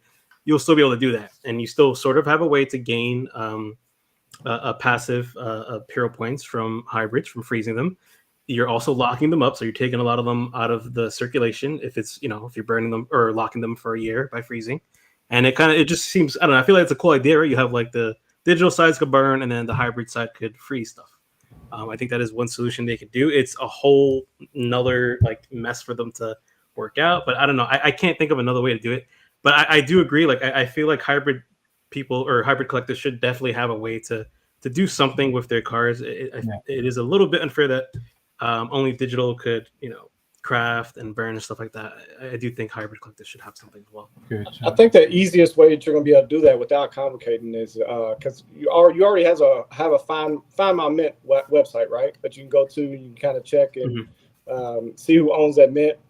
I would think HRO needs to make maybe like a side way that you can just look up and see if there's a digital version. Is it burned? Can you look up that mint and just see if it's burned? Can you just make a database and be able to do that and have like a little mechanism where you I feel like that takes away from the simplicity of just being able to scan a card, though. Now you have to do extra steps for your own good to make sure something is not burned, or if it is burned. And so that's what I'm saying. It's a bit of a complicated situation. I love the idea of burning hybrids. Believe me, I have hybrids. I would want to burn them, but they have to really think about this. That's all I'm saying. They have to really, and all what we're saying is right. Everything that we're saying is right, and that's what I'm saying. They really have to think about the hybrid burning, because the digital burning is a little bit easier. Those things are just out the door. They're gone. They could delete them. They're no existence anymore, and that's why they're testing this on the digital before they do the hybrid stuff. So it will come. It will come, but I don't know how they're going to implement it. I don't know what's going to happen. I don't know what things are gonna come up from this, but it will happen. Good chat. But you know what, we have another person who's going to join the stream. We have Perez the Collector. Here we go. Hey. How you doing, buddy? Hope you're well. Hey, I know you are an absolutely heart dying fan of doing hybrid. And I'm sure you just heard the conversation I did, about hybrid stuff. So, before we move into the next comment, over to you, buddy. Oh, I just Let's bring it back. Come on. Yeah, I just wanted to hear. Just put my point across, because I've kind of like commented in it already before. So my idea is to kind of like one of you guys said, why don't we have the option to lock the hybrid? So for me, at the moment, it's looking like a long time horizon. I'm thinking maybe over a year, up to 5 years or whatever, random. So once you like lock the card out, you get separate hybrid points. So think about this, right? These hybrid points have different utility than the digital, because in my opinion, it needs to be separate because they're not the same thing, really. And then in which case, right, let's say that the card is locked, right? So person B buys a bunch of hero cards that are physical only, right? Now that person will want to buy those more. Why? Because then they would go, maybe some of these will be burnt, like locked out. So my idea is, if you've locked the card out, if you've locked the digital out, you can then scan it and then automatically go to your account. It was still locked, obviously, but there's an unlock period. So it brings value to even dormant cards, because then let's say how many of us have bought like just the digital only? We don't have the hybrid. I think a lot of times, right? But this way it gives utility to both. So that's just an idea I have. And then I think, again, why can't, like, you probably still have the option to completely burn it. I think the only way you can completely burn the card, like after the lockout period or whatever, is what Richie said: send both in, and Hero does the burning. But I think that's like the interim solution. Because all we want, right, is all this shit fucking dollar cards to be out of the market, right? That's all we want. We want to fucking get rid of them. And chapter 2, right? Chapter 2. There's too many. There's too many, right? There's too many, and it's a problem. So and right now it's an easy solution for digitals. It's less hassle or whatnot. But if we can find like a solution where, yeah, like an interim solution and then a permanent solution, like Richie's suggesting, then happy days, right? Sorry, that's all I had to say. I needed to jump on to say that it's kind of difficult, right, to kind of like, yeah, like type away or whatever, and then it gets ignored. So like, oh, I'm jumping in. Yeah, That was and it. Perez, you have been a avid, you know, pusher for this, and that's a good thing. We need people to push for this hybrid burning. I just don't know if it's the right time right now, like right at the second as they just released all the digital burning. Sure. I'm like, wait a second, let's get some data, let's get some idea, and look at what happened last week. I mean, I went on a tangent. Me and Bomber went on a tangent burning, and it created a whole stir in the market. You know what I'm saying? Everybody's up in a stir. So they want to get some data, they want to get some feedback before they like go release it on the hybrid burning. But I was thinking, I was like, okay, I see what you're saying on how it could work. Mm. My only thought, like when I was thinking about that, like I said, when I was thinking far back, I was like, how are we gonna get that physical out? Because we need to make sure that that physical is removed from the market too, because you don't want a physical collector saying, well, there's 1,000 of these, but there's only 3 of them on the digital market. I wish there was only 3 physicals, so it would create that value just as it has in the digital market. So we have to create that kind of physical scarcity too when it comes to the hybrid market. So I see what like the digital like burning of it, like Perez has said, like the soul burning and maybe locking it up or maybe freezing it over time. You guys have suggested there's different ideas. I definitely can't wait to see what HRO does come out with first, but I know they're listening to this. So keep putting those ideas out there, Perez. Keep putting those ideas out there, Wazza. Everybody that does want to see this happen, keep putting that ideas out there because they're listening. I think that's what they're doing right now. They're listening to all of us, and just like they're in their discussion room, all of us are in their discussion room. The same thing. Some of us are saying this, and some of us are saying that. They're in the back. They're saying the same thing. They have people saying this and one thing saying the other, and so they have to figure out together, how it's going to be beneficial for everybody. So just keep putting those ideas out there, and hopefully they'll get it right, and they'll come out with the presentation for the hybrid burning, and they will come out with that. I think in this year, 2023. Yeah. Man, yeah, crafting and burning's got everyone excited, bro. It's Yeah. I'm telling you now, that's caused some ripples everywhere. I think it's awakened a lot of people that were sort of there in the background, not saying much, not getting involved. And now with the burning and crafting and DD7, it's awakened so many people. Well, like, hang on a second, let's log into my hero account. Hang on a second, what's his hero point? Hang on a second, what's his Wonder Woman, digital, it's like these packs that have been dropped in my account. And it's just re-enlightened that fire back in people's ways. I think it's been some awesome stuff. So no, it's great shout. Do you know, it's been amazing, right, to have these discussions and all these ideas. Lewis, you most likely be listening. You most likely be messaging me later on and thanking me for all the extra hard work that you guys are going to be doing. And yeah.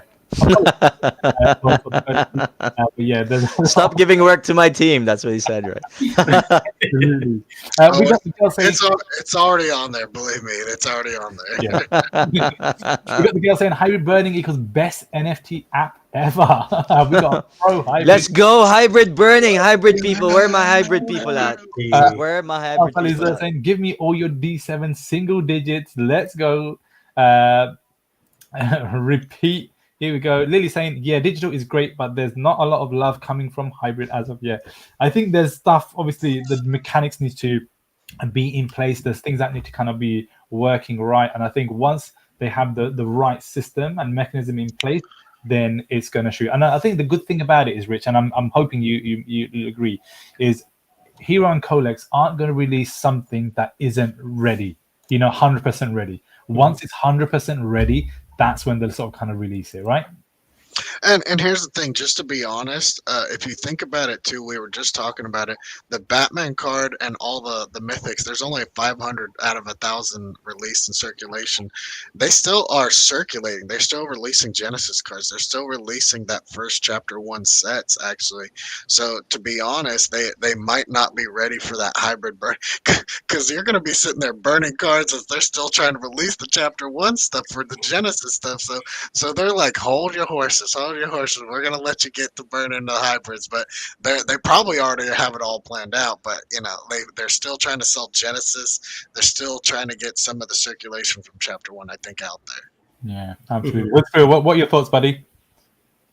Yeah, I think people, obviously, I feel like hybrids are always going to be the slower one to move, right? I kind of compare digital only stuff as like being Bitcoin, and then I guess hybrid being like gold, right? It's a lot harder to throw an utility into it. It's possible, but it's going to probably take some extra steps. I think somebody else also mentioned in the Discord group that it is two different teams that work on these two separate versions of Hero. Or you have the hybrid team, you have the digital team as well. So I'm pretty sure now they're getting together trying to get something going with hybrid. I'm sure they're going to do something. So I'm just patient, honestly. And if I see some good deals on the hybrid side, I'll do what I did with digital back in July. Right? I'm just going to scoop up a bunch of stuff, anything that's super cheap, and then hold on to it because I know this team's listening for sure. They have plans, no doubt about it. Love it. Mr. Lucknet saying, is Hero a thing again? And straight away, Gail coming in. Insert Pikachu gif. Love it. Absolutely love it. It's been phenomenal. Shannon saying, we need a combined D7 and crafted leaderboard. Everyone knows where they stand. Interesting. I think that might be something that they may or may not be looking into, but watch this space. Watch this space. Outside is saying, it's possible to drop 40 spots in a couple of days. Mm-hmm. It could even happen in one day. I remember when, going back to hybrid, me and Perez, we were at each other, literally. Man. I was putting money in faster than you, I think, and then I was just... It was crazy. So definitely keep an eye on that snapshot day, and try and do your moves before then for sure. That's what scares me. Moving on here quickly, guys. We are going to move on to burning very, very soon. So just bear with me. All right, let's move on. If they had a chart of remaining mints, maybe it would make sense to wait, but currently they don't. A lot of good ideas, you guys. It's interesting. I think it's a pretty good idea. Yeah. What if they had A1 at the very end? So you had to rush to get there. That would be crazy. I think we could kind of have. That'd be crazy. That would be insane. I think we get a lot more data nowadays in these digital mints in this digital era than we ever got when there were packs out there that no one ever knew. So I think we just need to take with what data we have and just rip the packs or buy the cards, because you guys get more data out of this, seeing how many legends are left, seeing how many cards are left, seeing how many this is left, in packs than you ever have in history. So everything is being made, all the platforms. Yeah. And they're in a rush to kind of compare with each other, right? It's really interesting, and they get live ass feedback. Too much fucking feedback, actually, probably. And I'm pretty sure there's a lot of people in the community, or at least a handful, that know the remaining mints left in the pack. So you can go find them out there in some of the discords. Yeah, for sure. Hey, the wife is wanting me to get on. I gotta put the kids to sleep and all that. Before I left, I wanted to thank Hood Squirrel for reaching out to me, and Wazza, thank you for having me on. I'm a little fish in all this, and it's been fun doing all this, and I appreciate you giving me some spotlights. Thanks for coming, man. Yeah. All right, thanks, y'all. Thank you so much, buddy. See you later, bro. Relief. So we've got Bomber saying, I think the silent Discord announcements was good to give people a chance. I beg to differ, and some may or not, kind of depending on what side of the coin you kind of fell on, shall we say. Let's agree to disagree kind of thing. Yeah, sure. Just because you didn't end up on the right side. Yeah, exactly. Card was only $35 after the announcement. You did have a chance to pick up cards right after the announcement. Like no one knew. They were like, "What do I do? Is it going to be $100, $200? Yeah. What kind of legendary? What card is this going to be?" Right? And everyone was like, right after the announcement, you could have picked it up, $35, $50. Yeah, and it rose. I know someone bought one right for $20. Mine. So Yeah. Was it on the main announcements? Is it? There's only one announcement channel, right? Because I think I need to turn that on because all of my announcements are off. So maybe that's the key. Just the one channel. Just keep it open. I think they dropped in a general chat. I think the general chat. That's cheeky. Yeah. Although right, that rewards the loyal people that's there all the time. Yeah. Exactly. Right. So Unfortunately, it does nothing to me, man. I was sleeping. I was so what upset can when you I do woke though? up. I mean, what can you do, man? What can you do? Nah, If- yeah, if- absolutely. Have an event day countdown. Simple as. Yeah, I don't know. There's just But I something say, about that. It smells pumping up when I think of that. It's just gonna have a weird effect to people. I feel like less people are hurt that it was just a random snapshot than if it were to be like a countdown and everybody's buying everything up, and then you find out it's not the card that you stacked, and then boom, the value drops down and get hurt. Yeah, that's true. That's the only thing I see bad about that. It's a weird kind of feeling. Here it is. You can do a mix of both, honestly. You could just do a countdown, and it's any card. You never know what deck it's from, what superior, epic. You never know what it is. So it's a random card this week for the crafting event, and then you're like, okay, get ready. Here it is on Tuesday at 12 o'clock. At least everybody's on Tuesday 12 o'clock on their phone, their app. They see it. You know what I'm saying? yeah. And then it would give everybody a chance, just like the AMA Discord. Yeah. I think that would be the best thing. So I'll relate that message to them too. Wait, I'm sure they're already listening. So please take note for the countdown. Thank you, HRO. What am I saying? I appreciate all your hard work, all of you. Thank you so much, buddy. Thank you for stopping by. How do you pronounce that, by the way, guys? It's like I usually just say headache. hand wave. Headache. Just say headache. Yeah. There we go. I have a That's headache. I have a headache reading his name. Yeah. Shoot for sub 150 mint. I would highly recommend using a Zero to Hero for trading. Digital conflict. That's it. We were talking about it on the last podcast, number 1. So there is a website, guys. It's called Zero to Hero. It's really, really good. Who was it that actually created it? Ali. That's it. She's Ali awesome. created it. Have a look, guys. It's Zero to Hero. I'm going to quickly actually bring it up. Let me see if I can. Just to show the community what it sort of kind of looks like. Because some people obviously haven't seen it. Some people have. But it's going to be a quick show. Bear with me for a second, guys.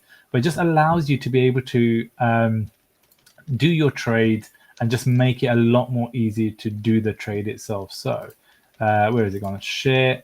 So hypothetically, let's just say, I don't know, I want to now trade what would I like to kind of trade? Oh man, it's not working. Hood Squirrel, can you do it on your end, buddy? Yes, sure. One sec. Let's see. The Zero to Hero website, right? Yeah, please. If you just bring it up, it's not working on my end. Share. So it basically allows you to compare two people's collection and then see what's going to be easy for you to be able to trade. Some of you guys, do trades, but it's so difficult to go through everyone's collection, and you're like, oh my god, is there something easy? Well, guess what? This is what it is. So I'll leave it over to Hoodsko to explain just briefly what it looks like. Yeah, so you could just search up anyone's collection here. So I could go ahead and type in Hood Squirrel, boom, view collection, and it's going to show me everything that I own for a specific set. So right now it's on DD7, so it shows me my lowest mint first, and then it shows me all the extra mints I have of that same card. So let's say if I'm trying to trade someone for a 600-ish mint, I see here, I have this A383. I could go ahead and use this as trade bait, right? The A670 right off the bat. I don't have to go into the Hero Marketplace and go through my cards and stuff. Everything I could just do right on the website. And then if I want to go to another set, I could do that as well. Let's do Dark Multiverse, right? I can see my duplicates here. I can see my low mints here. And yeah, it's a very useful tool. You could also compare with other people too. I think it's this one right here. You can go ahead and compare with someone else, and then go ahead and see what mints you could trade to that person to help them out and also help yourself out as well. Very, very useful app or website. Great stuff, great stuff. So there you guys go. That's Zero to Hero. Have a look at it. Have a play around with it. It really, really is a great way to be able to help you do your trades for sure. So yeah, thank you so much, buddy.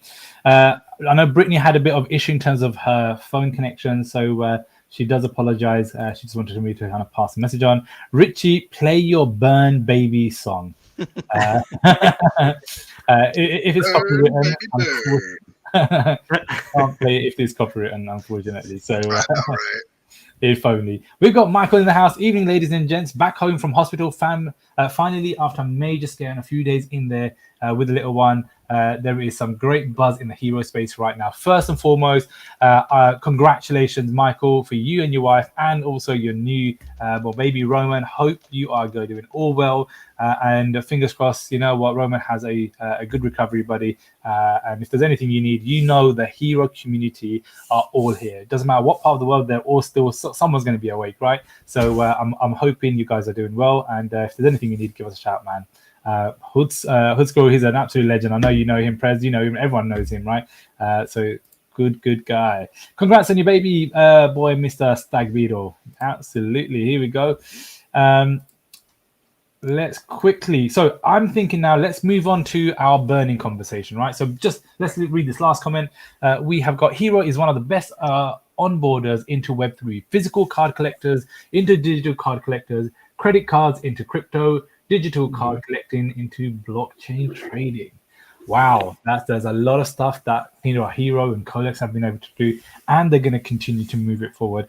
And I think the good thing about it is they've been able to foresee so many things that are happening within the space.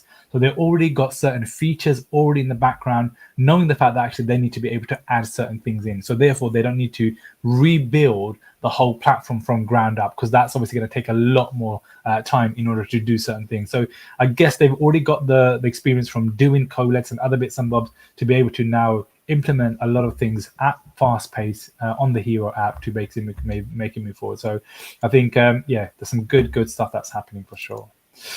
So guys, let's talk about burning, right? So we've talked about crafting, burning. I know, Rich, you and Bomber and a few other guys had an amazing time burning away, right? What are your thoughts so far about burning? Let's pass it over to you. Then I'll move around the table to see what everyone's thoughts are about burning. Yeah, I just think it's a great feature that HRO has added to our digital collection. You can be able to burn any card. It doesn't matter what tier it is, what mint it is. Anything in the digital collection you're able to burn for HRO points. So not only does it create HRO points, but it creates scarcity in that collection. So I think it's a great thing. We started burning some cards last week. Me and Bomber got in a room on Thursday, which will be coming in every Thursday to Spaces to burn some cards. We grabbed the Brainiac from the Justice League and we started burning it. And I said 25. He said 80. So he burned 80 of them. And that's what happened. And, we just want to go ahead and start doing that. I think there's a lot of burn cards that are happening. I'm actually going to be announcing a little info that I have from all the things that are happening and on Thursday, so it should be fun. Burning is a great mechanism. There you go. So if you want to burn, you want to be part of the burn party happening every Thursday, right, Rich? On fire. Yeah. I don't know what time. I think we have I think we're like 2:00 in the afternoon. I think that's what we're gonna try for. So I'm gonna get with Bomber and we'll put it out there. But it's every Thursday for sure. Every Thursday, keep an eye out, guys. It's going to happen. But have a party, get yourself some drinks, food, whatever it may be, and burn away, right? Burn away. There's some crackles and everything, fireworks going from the background. So it's been some good stuff. So, Perez, you've obviously done some burning, right? So the only question I have then, Rich, is what happens if your epics, your superiors have less supply than the epics? Do you still call them superior, or what happens then? Man, you just call those prime superiors. You call those elite superiors. You know what I'm saying? sorry, I've got no opinion on burning. I mean, I love it obviously, but I haven't done enough to actually have an opinion in it. I'm just here to represent the hybrids, man. I'm just Yeah, here to yeah. I'm just here to smile, be like, what's up with the hybrids? That's all I'm here for. HRO did It's that. good to have a to balance the- for sure. Yeah, yeah. HRO did that to the D7 set. So you had to burn superiors in Mm. order to mint that crafted set. So now those superiors are about $20, where the epics are like 11, maybe 12, 13, 15 bucks. There we go. So there We you should go. change the name. There We you should go. change the name. The name is what? What is it again? You could bless the name. What is it, like Prime? Prime Superiors? Superior We're gonna Prime. call them Prime. So if And they once pass, once they the pass mint numbers are tier. lower, yeah, or once Yeah, the mint or the price in the mint is lower, yeah, and then yeah. it's just a different card. It's a Yeah, Prime. It's a yeah, Prime now. yeah. Okay, there you go. Hoodsquirrel, what are your thoughts about burning? How do you feel about it? What have you burnt? What do what do you like most about it, buddy? I love it. More importantly, I love just having hero points. Being able to have those on the website is huge because this just allows endless possibilities on the hero app. Whether we use these for crafting, or maybe we could use these to buy like limited edition packs in the future. Maybe we use hero points to even buy packs from other IPs in the future. Right? There's a lot of things that could happen with hero points. I'm actually probably more bullish on that than burning. But yeah, I do love burning. Burning cards is great. I think people need to just be responsible with what they burn. Do not burn while you're drunk. You might accidentally burn your low mint. You got to be careful with that. But yeah, no, I love it. I love it. It's a great thing to have on the app for sure. Good. I think I haven't done it, so I wouldn't know. But maybe if Colex are listening, or you guys might be able to kind of tell me. But if you are trying to burn a premium mint, for it to come up with a pop-up message to say, "Are you sure you want to burn that premium mint?" Does that come up? Good Has idea. anyone tried to do that? Nope. Don't do There should be like 2 OKs you have to press to burn a premium. Yeah. Should like a little breathalyzer test pop out and everything, and be like, "Are you sure or are you drunk?" Like, Yeah. So I think definitely there needs to be some sort of message that pops up. I've not been able to kind of try it. I don't want to take the risk, but if Colex, Hero, you guys listening, please, if you could get that in there, that'd be fantastic. If it isn't working. a button does pop up to be like, "Are you sure you want to, burn?" There needs it? to be So another it's for like, the premium, like 2 of them that pop yeah, up. for or a legendary or a mythic or something, Yeah. something Or like that's the little bot capture thing with like the pandas or something. Yeah. So Imagine that. I think let me throw something at you guys, right? So burning obviously gives us points, right? And with them points, we could obviously now use them for crafting, etc. What if they could potentially bring out a marketplace where you could buy accessories, right, for your card? It could be a digital slab for your card to be encased in. It could be the fact that actually you could buy different sort of accessories in order for your card to kind of have a different feel and sort of kind of look to it. And I think it's just bringing a different element into burning. So not only do you use your points for crafting, but actually you could do something even better and amazing. I don't know. I mean, I just thought, let me just kind of throw that out there. Imagine you're able to do so much more with it. Are you thinking of like displaying it in some sort of metaverse? Is that what you're thinking? It could be even that. Yeah. Right? Imagine having your The own... hero verse. Is that, You can really do that now, right? are we calling it? Are we calling it the WazzaHero verse? We could call it whatever, right? We could call it the podcast verse, whatever. But it's more so the fact that I'm just thinking, right now, yes, I could see my card. It looks amazing, cool. But actually, you know what? I really would like to see a digital slab on there. Or I would like to kind of see something else on there, whatever it may be. It's just to be able to buy digital accessories to enhance my card, right? Or I could potentially buy a what do you call it? A digital, these bad boys, Like a slab? folders. Oh, Right. binder, right? Binders, right? If I wanted to put a digital, my hybrid cards, but the NFT version in a digital thing. I don't know. There's just different things that one could kind of do, right? But again, it's just, what else could they potentially do? And then this allows your points to then be used for other things, and it's just bringing another element into the whole thing. So yeah, I think that's going to be pretty interesting. I mean, I don't know what that kind of looks like. Oh, but we just have a comment that says, or even a game based on hero cards. Ooh. All right, so We're not gonna go there, right? Because I want to fucking go there. But if you don't say so, you tell me. Guys, right? So I had a conversation with someone I can't say, but imagine, right? Imagine you're able to use the Pokemon, all right? Yeah, what? Sorry. Use Pokemon. I know. I heard you. I'm kidding. Oh, sorry. The battling system, right? Imagine you're able to then translate that into a digital format. It's all on your digital format, and then you could absolutely battle people moving forward and have like a pack battle, whatever it may be. That'd be super amazing. That's just taking it to another new level, right? And that could be added retrospectively if you think about it. Right? There's nothing stopping them from happening, and that's maybe another great way in order to get some TCG players into this platform. But You know what? they have that on gambling sites, right? When they have case opening battles, right? Where like they're encouraging you to open packs to kind of like battle each other, and then winner takes all. Holy shit! But then obviously that's gonna go into like, is there gonna be a gambling commission involved, because that's gambling like right there or something, like, you know what I mean? But that's happening like in the CS:GO cases. So like Counter Strike, right? They have yeah, you open a thing and then the winner takes all. No, anything could happen. To you name it. But I think it's good to keep an open mind and see what else we could kind of do and enhance the platform for everyone.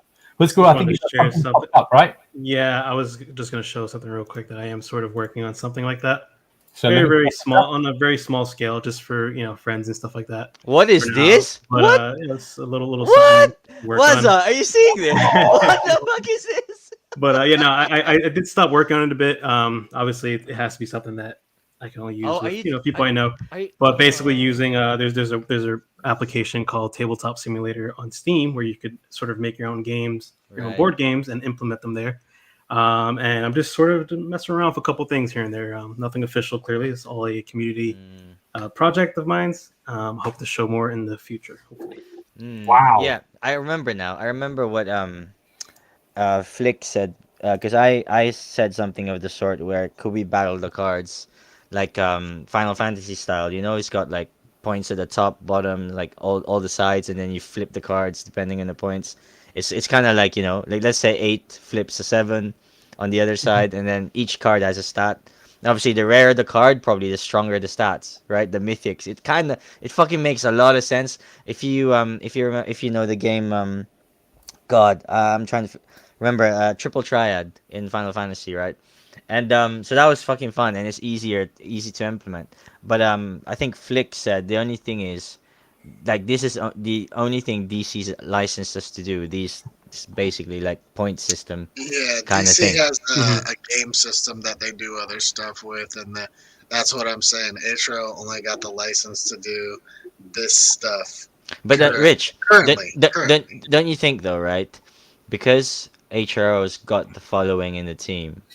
I think if anyone from DC, if you want to play this back, Hero, into DC, right? Like, I'm more than happy for you to do so. Share this clip with them. But if there is a platform where people are already there, look like willing to do that, then look no further. Why do you need to go to another platform where this is, Well, you know? if you go into any Walmart in America, you can see the platform that DC has their licensed artwork. They already have a game, so they already have hundreds of thousands of people buying this board game with the artwork that HRO has licensed. So they already have a game, and they're like, why are we gonna shoot ourselves in the foot and license you guys a game when we already have that artwork being licensed as a game in artwork across America? That's why I was like, does HRO have a game? I was in a Walmart and I saw the exact same artwork, all their cards, all their stuff, exact same game and everything. What's it called? I don't know. It's just a DC game. It's just you could go into Walmart and they have a whole bunch. I was trying to find HRO cards there, and I found that, and I thought that was like the start. Is that online? Is that online, Rich, or is it offline? It might be online. I know I saw it in store. So they have all the artwork and everything, and it's a card game, pretty much from DC. So that's why I was like, they can't really do a game, but They could possibly do a digital game. They could possibly do a digital game. They have to talk to them. They have to say, hey, we have this much of a base. I know you guys already have a game, but this is going to be a different thing that, I don't know. They could do something, and they've already talked about it. They're talking about it in the chat right now. I know one of the guys from HRO is here. So that, I mean, they have like a jackpot system they've possibly been talking about. It looks like, a game. So it 2023 has a lot of future tricks. It's just, DC is happy with the HRO pull-up program. It's just that there was a game already happening. That's why they couldn't go straight into a card game. Yeah. Interesting stuff. So Very burning, guys. I think it's obviously now live. There is no end date. This is going to continue to happen for digitals. You could burn whatever you want to burn.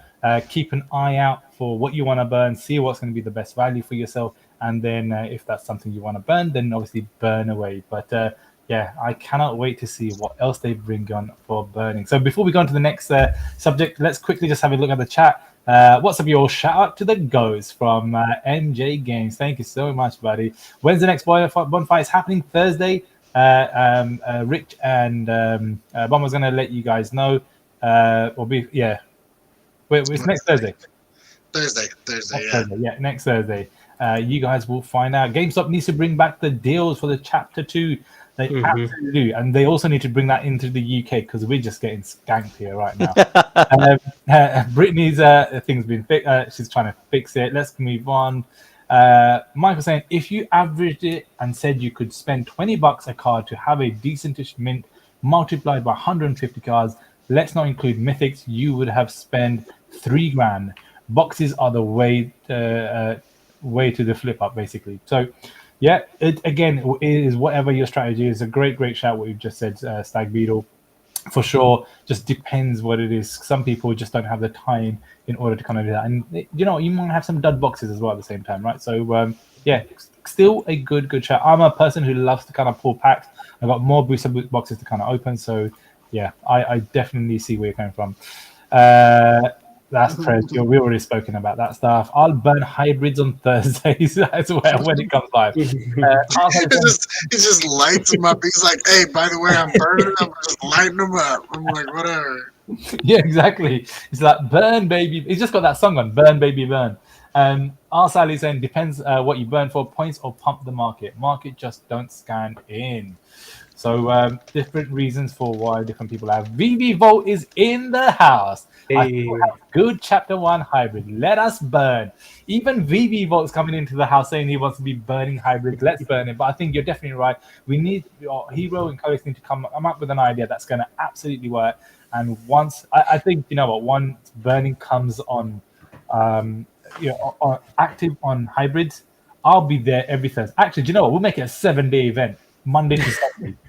Every day we'll be burning. I think that's what I'm with it. I was thinking, but I was like, that's way too much. All the sets will be gone. I've got 3 boxes worth, right? Down there. I mean, there's a lot of cards. Oh, those are all commons down there, right? And just regular filler cards in those white boxes? I've got everything. You name it, I've got everything in there. I'm ready, dude. I'm ready. Nice. I'm gonna have a very high bill for FedEx. Yeah. Oh, we said that already. Yeah. I could just imagine the people at the shipping department where they're like, we just sent these cards out. Why are we getting these cards back? To burn them? We just made them. What do you do? We just made them last year. We're burning them now? Who made this up? The thing is, though, Rich, the other thing as well, you have to probably outsource it because it's going to be labor intensive, super labor intensive. It has to be from Amazon, it's something that. Yeah. Guys, here's 100,000 cards this week. Go through them. The girl said he doesn't agree. I believe the digital and physical can exist separately. I mean, that's what my thoughts were. I know obviously some of the guys here don't agree, but again, I think it's trying to find that consensus and seeing what's right. I definitely see where the guys are coming from, where some people potentially might get trapped and not get the actual digital piece, but also at the same time, is it one of them things where if there isn't a mechanism in place, what can be done? And I guess, you know what, maybe you don't trade the physical with the digital, right? On eBay, you can't even put them up for sale. So I'd like to, whatever the outcome is, I'd like to still see the burning happening, whatever the answer is, for sure. We then have Digital Slovic saying they would need to confirm the digital is burned before purchasing the physical. That's why I like the hybrid, because the added value of the digital and physical, they don't need to go together. Cool. Some great opinions in the chat, guys. Carry on putting some stuff in there, guys. Whatever it is, let us know. The next thing that we're going to be talking about very shortly, guys, is going to be about the hybrid chapter 1 reward voting and the pioneer cards. Wow, that is going to be interesting for sure. So we're going to come on that in a second. Richie, stop ahead from Mr. Long. I love how there's a big old disagreement in the chat and here, amongst other things. That's why I came on, man. I'm like, someone needs to represent the hybrids, man. They can't. Yeah, we need it's good to have a good balance for sure. Yeah, I do both. So I'm heavy on. I'm just too poor to do both, right? I'm just gonna stick to my hybrids, just because I can't do everything, right? Like I'm just gonna be like, do I pick food or both or everything in Hero? Like, Yeah, exactly. Wazza knows and I bat already cows, know. right? Because I do bat cows. I can't bloody do everything, so I'll just stick to hybrids. Yeah, I know.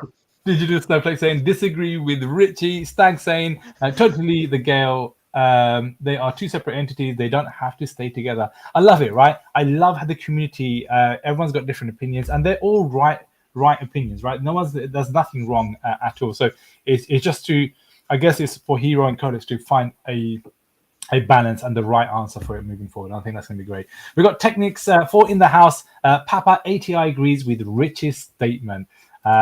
Mate, everyone loves you, dude. Everyone loves you. By the way, you are putting more value on the digital spec aspect of the hybrid. That's why I came on, Rich. Don't worry. I fought them. They're happy now. I think they're happy now. Perez, I was like, you don't know. I was like, obviously you saw what happened in Spaces this week. So I was like, hey, that's. I'm used to the WWE now. We'll talk about that. Obviously, yeah, we'll talk about that some other. Yeah. This is Hero time. It's Hero time. Physicals are for onboarding. That's what Bomber's saying. I think both are digitals and hybrids are for onboarding for newbies. I was commenting on a tweet the other day. Someone basically said, the floor for 80% of the floor is like at $1. And I think that's a great thing, if I'm honest with you. It's great for onboarders to be able to onboard new starters, someone who doesn't have a clue. It's just like, hang on a second, do I want to buy my first NFT at $10, $20? No, actually, $1. Let me buy a few, right? Let me kind of get used to it. Let me get comfortable. I think it's great to kind of have that. But do I think in a year's time, the floor, 80% of the floor is going to be $1? Nah, no chance. Like, that's my opinion. Not financial advice, but I think is the way that the Hero are moving, the trajectory kind of looks amazing for sure. I think on QR claim or to claim or burn. Well, let me just make a statement really fast to everybody out there. Anybody that puts their floors on $1, believe me, we have a group of people and us, all of us here. We'll buy them up for you. Don't worry. And we'll burn them. Yeah. I'll buy the digitals for sure all day long. Stag Video saying you have just made me think of an absolute banger idea. If you scan the card and it's owned by someone else, have a way to offer them money for it so people could track digitals of physicals. How is that going to work? That needs to then be a mechanism that needs to be potentially. It would have to be through the Hero app. So, like, kind of like how when you scan a physical card, you send a trade request to the other person. Maybe there'll be an option where you could, instead of asking for a trade, you could offer money to buy it. Interesting. But I think obviously it has to go through the Hero app. DC Hero, everyone needs to kind of obviously take their fee for it. So good chat, Michael. Michael, that's a good shout. Guys, give me 1 second. I'll be right back. 1 second. Need mint or card searcher 100%. There you go. You got 0 to 0, buddy. Crypto is in the house, man. Hey, everyone. What did I miss? Did I hear hybrid burns? Yes, you did, buddy. Hopefully, fingers crossed, something cool comes over. Rich, what do you want to say? Findmymint.com. That's where you can find your mint. You go in there and you can search your. Findmymint.com. There you Yeah, go. they actually made an HRO. That someone bought that .com and they made an HRO card searcher. Wow. Nice. There you guys. If you haven't, please have a look at that website and then play around with it. See what you can kind of do with it. So yeah, man, there's a lot of stuff that you missed, Kryptoni. When Hero Collectibles. Rich, what do you think, man? When Hero Collectibles. Like the physicals? It's what you alluded to, Wazza, right? Digital collectibles. Yeah. I think there's going to be physical plus digital. There's going to be a lot of things that potentially they could work on, and there's going to be additional add-ons and everything else. I think this is very, very on its early stage, and with an amazing team that Colex is, they should be able to do a lot of things quite quickly. They're phenomenal, and they're growing as a team as well. They are a powerhouse. They are. So, Kryptoni, man, watch this space. I just know that the physicals will be coming soon for the digitals, so I know that'll be a hit. Yeah. We got Technic saying stacking is the answer. Let's go. Keep hybrids 1-on-1, but give them utility stacking to lock up the supply. Some great answers in there, guys. So let's move on to hybrid chapter 1 reward voting. I'll catch up on the chat in a second, guys. We've obviously had the first round. Second round is obviously ongoing right now. I think it is finishing on the 31st or something like that. But guess what? Pioneer card holders are able to use their votes and count as 2. That is phenomenal. That's the first utility that a Pioneer card holder has been able to utilize that moving forward. What are your thoughts? Have you guys got a Pioneer card? If so, how many have you guys got? What do you think about the utility and for this hybrid chapter 1 reward voting? Yeah, I got a couple cards. I got a couple Pioneer cards. I had to buy them. I didn't get the mint because I didn't do the pre-order. You know what I'm saying? But I got a couple. I was like, these cards are going to be worth something. They're going to be for something, and obviously to kind of vote and move things forward, you're going to be a part of that. So it's good to have a voice, and yeah, I think it's cool that you get to vote for the chapter reward cards. Yeah. Perez, you're quite into your hybrid, buddy. I'm sure you definitely got a Pioneer card for sure, right? Oh yeah, for sure. Yeah. So I think I have 2 actually. You got 2. So how many? What did you end up voting for, and what are your thoughts about how the Pioneer card could potentially evolve moving forward? What does that kind of look like, do you think? Pass. Speculation. Hood Squirrel. I love them. I have 3. I want to stack more. If it ever comes back down to $30, I'll buy some more for sure. I do believe in Hero long term, not just for the DC stuff, but just in general. So I actually would like to buy more of those. So I think they're doing. Yeah, go ahead. How many are there? Do you know? Like 6,000, 7,000. You know what I'm thinking about, right? What I'm comparing it to, right? So that's why. Oh, yes, I do know what you're talking about. Yeah, okay. Let it not be spoken. So but, just enough. So there's 7,503 edition size, but there's only 2,703 in circulation. So, but the thing is, right? Not many people would wanna sell theirs. That's theirs. Like that. This is your thing to like use for voting and stuff like that. Yep. So do you say $30 right now? Can you burn them? Man, you bring up some good questions. Let me go check. I don't know. I'm just spitballing. Wazza knows. That's a good question actually. Let me go see. Yeah. Richie Rich burning. This is my grandma's. I'm burning my grandma's one. No, yeah, you can't burn the. You can't burn them, sadly. Okay. I think there's obviously initially this whole utility that's just come in, which is the voting one first, and I think that's great, right? We have 2 votes to be able to kind of use. Personally, I'm stacking them. I've got about 7 so far. I want to get a lot more. I think this is just me speculating. Wow, you're stuck 7. Yeah. I'm just. It's one of them ones, right? I try and see what people aren't doing, and I try and do the opposite. Does your vote stack? if you have more. No, not for this. No, thank God. Yeah, not for this one. Right, Otherwise, I would but- have had 14 votes, right? No, we would see No. Bane buy 7, like all of them, and then just keep. No, voting no, no. for Bane. But yeah. But it kind of okay. So maybe there should be a cap, but it should also stack. That would be interesting. Yeah. Because if What people about are for both? it's like you're saying, right? Like I'm selling my extra votes. I don't want a voice in Hero or whatever. Well, then the people that should then could stack up to 50. Yeah, I think there should be both. I think there should be a good combination of things. I should just give Hero my consultancy fee really because yeah, there's two good ideas today. That one I disagree. I think it should be at least one max. Like, I feel like that's Okay. taken away. Like you're trying to give people a vote or a say in a vote, and you're Okay. taking it away from them by it. Allowing Yeah. people to essentially like pay to win essentially. So, so this is the other thing, right? This is just one part of it. What if there's early access to certain things, or pioneer only drop kind of thing? And there could be so many different utilities for you to be able to hold a pioneer card, whether that's from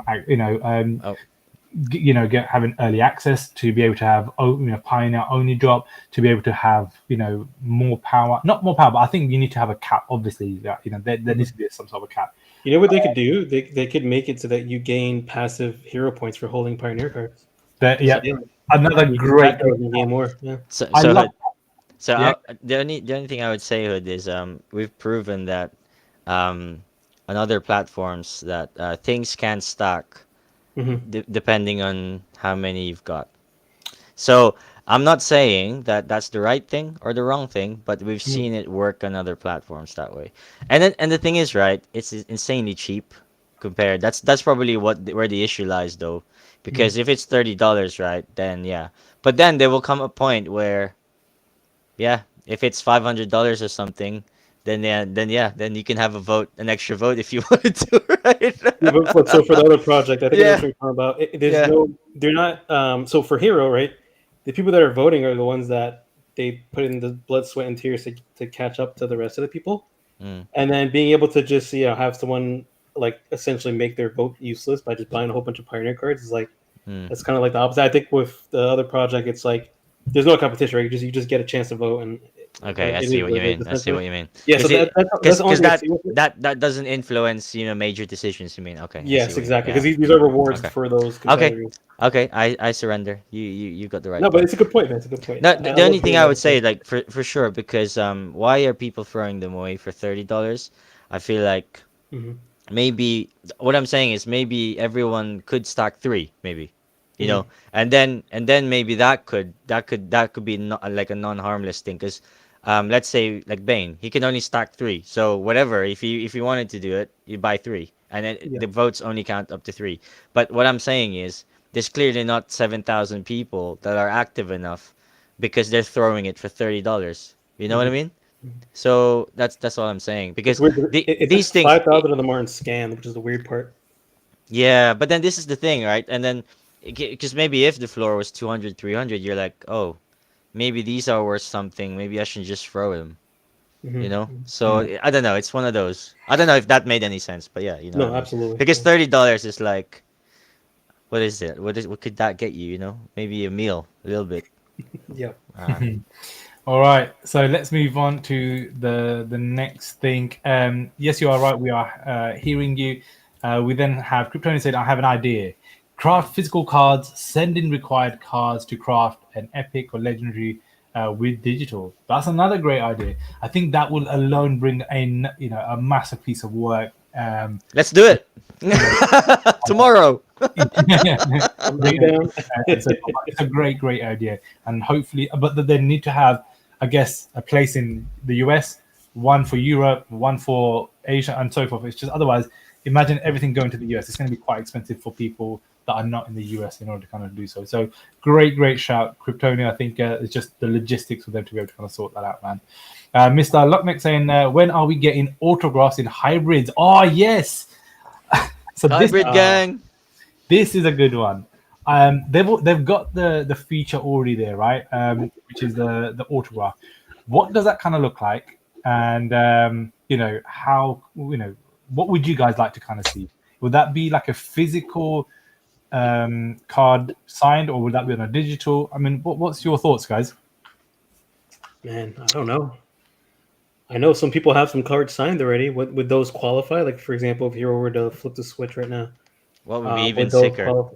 Yeah, what Yeah. would be even sicker is like a remote signing, so you don't have to go. Mm. So Jim Lee could just go, or like stamp, stamp, stamp, stamp, stamp. But then obviously that would be too cheating. Like if you could just click 50, or like submit 50 signed, like that's different. But if you see him physically Well, sign it, Perez, you're onto something because that's the oh, way it's gonna go. Yeah, I like that ah, idea.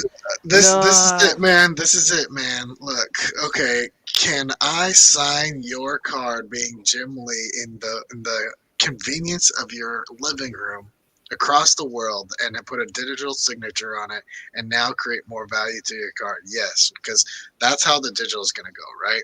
You're gonna either one have an event where they can digitally add that to your card, and it will add that feature to your card, So or they have a feature where you get to pick your card and they pick a random amount. It's like it's either a jackpot or you have to have a certain amount of HRO points to buy the Jim Lee signature, yeah, and it will add it to your card, whatever card you want it to be, yeah.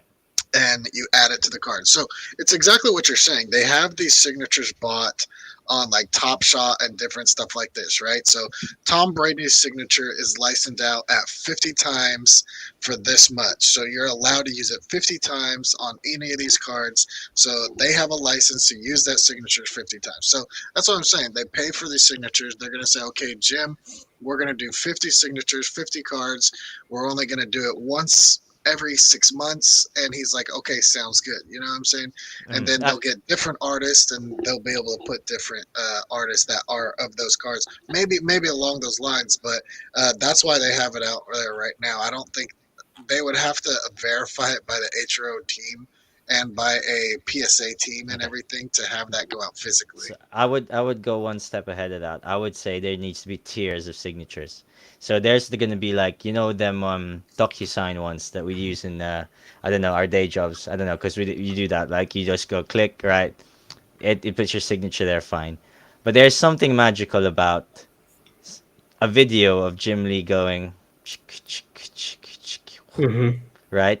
If you can crystallize that timestamp in Jim Lee's life, where he bothered to give you 1 second at the back of your card, and you can play it. For me, that's like a tier above. And the actual, not like, all right, I'm gonna do 1,000. Yeah, that's fine. That's a click of a button. For me, the magic happens with the effort that the signer takes to do your card. I don't even want him to say your name or anything like that. You just see him, like he's signing this card. He's signing this card. So Jim Lee's 10 seconds is what's gonna make your card worth 1,000, 2,000, 3,000, because that's worth it. So to me, it's the time. If you mass sign something, to me it's like, So, Prez, why not both?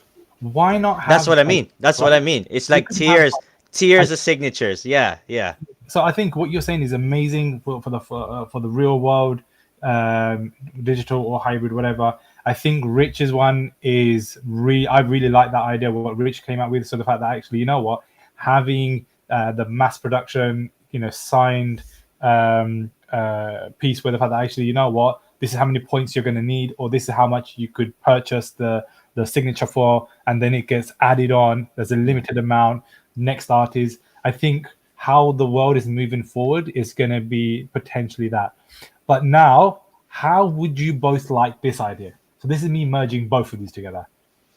Being able to get Jim Lee from the comfort of his house, digitally sliding everything in a metaverse whilst you're there with your right. This is kind of taking it to another new level, and I think that's where the The possibility, WazzaVerse. right? Yeah, the name's already there. It's Yeah, it's there, man. Fucking just use it. Yeah. But I think for me, this is a great ideas. These are ideas that come from the community, and hopefully, these are the things that potentially Codex and Hero could kind of work on and move it forward. But in terms of ease of use and how things are moving forward, Rich, I love that idea. I think Perez, this is obviously something. Your idea is a bit more in terms of getting the logistics right and obviously the mechanism right, takes a bit of work, but I think it's a different experience and really would. Mm. I think Imagine, right? You click on the HRO app, and then at the back of it, Jim Lee physically signing the card, Yeah. I right? mean, it's phenomenal. Well, digitally signing it, because it is the effort that you want to see. You don't want him clicking a button to, oh yeah, signed by Jim Lee. No, it's not. He's clicked it for 50 cards. Don't fuck with me. You know what I mean? And then no, seriously, because that is it. And then there's like a timestamp when he's done it. You know, and each like card has a different timestamp. Could be like an animation too, right? That'd be kinda Yeah, nice. an animation. All right, I've just given out Some good consultancy ideas, man. Some real good ideas, honestly. I hope Hero's listening. Yeah, fucking consultancy fee. Thank you. I'll take a hero card. Thank you. So, Great Gina, idea, man. thanks for the stream, guys. I appreciate everyone's viewpoints and ideas. Have a great Sunday. Thank you so much, buddy, for tuning in. We've got Bama. Pay attention to the hero points value difference between low and high mints. Hero is setting value cards again. Oh, anyone want to care to explain more about that? Well, I mean, the higher low mints, that's what they're doing. Like if the A1 is going to be burned, it's a lot more points. And if the 1200 mint out of that collection is going to be burned, it's a lot less points. And they're just setting a value on it. So if you want to burn those points, if you want to get points, you have to either decide, am I going to go to a common, a tier? Am I going to go to a lower mint in that tier? You know, so you have to kind of figure that out. Good. Yeah, absolutely. I think you just need to see what's going to be right. I think the more that gets burnt, the mechanism then gets changed in terms of what the value of that point card is going to be for points, etc. So it's an ever consistently, growing burning point system. I'll tell you. I'll give you a little something to think about that I just thought about, right? What if people start burning all the premium mints and the higher mints started turning into the premium mints and no one noticed on a certain card or collection? Could be. That could be. You don't know, right? You just don't know what could be I happening. swear to God, you're like the Joker. You just want to see the world burn, don't you? Like the hero team's probably like, fuck, Richie, shut up. They're Fuck, Richie. they're like going through the collections. Which ones is he burning? I don't know, but I'm gonna burn some at the end of this broadcast before I go. So. Mr. Yeah, might burn I something wish as there well. was more hero content on YouTube, guys. Do you know what? It only takes even a phone, right? If you want to make some hero content, guys, why not, right? Why not? Grab yourself a phone, grab yourself a laptop, whatever it may be, and just go live, do a video, whatever it is. Yeah, even if it's opening packs, right? I'd love to see a lot more YouTube content. Anyone could do it, and I really do promote people to absolutely start doing something. And you know what? You might just want to do it for fun. You might want to do one a week, one a month, whatever video it may be, but you're definitely right, Locknet. I really want to see a lot more hero content on YouTube for sure. I will say there's maybe not too many people doing like podcasts like this for here, but there's a ton of people like ripping packs, doing like those short like videos on hero on YouTube, like a whole bunch of them. Like it's pretty. I was about intense. to say the Gale Kobe collects. Yes. Perez is just doing stuff today. Yep. Yapo, I saw doing like a live stream yesterday. There's a lot of content. HRO. There's a lot of content, but would love to see a lot more for sure, 100%. Yeah. Also saying you're talking like Snap Marvel. We are maybe. Leaderboard could be considered a game. It is a game. That's true. It's a matter of life and death. I can't see both coinciding together, like a leaderboard chase and a game at the same time. That would be so weird to me. I don't think that could happen. Like they would have to do something completely new, in my opinion. Yeah, fairs. Krypton is saying 100 hybrid cards sent in for a legendary digital hybrid to digital. Kryptoni could be onto something. Kryptoni could be onto something. I think there's so many great ideas, right? Where you could literally, or you could imagine actually, you could trade in or craft hybrid ones in real life at events, right? So the London Comic Con, the Comic Con in New York, right? Or there's one in somewhere in Europe or Asia, whatever it may be. People could physically go there.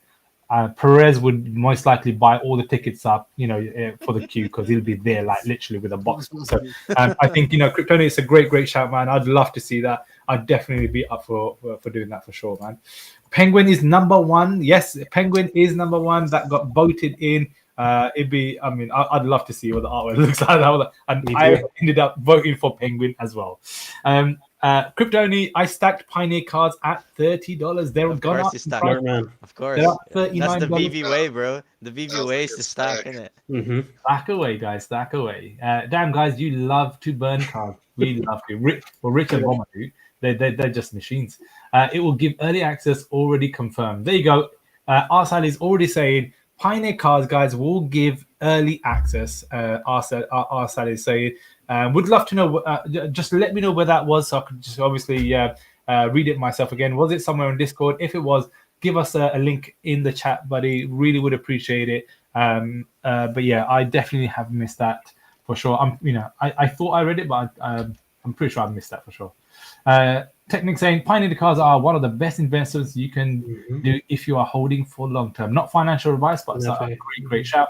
Crypto is saying renting these Pioneer cards would be sick. Oh, that's an interesting one. Renting.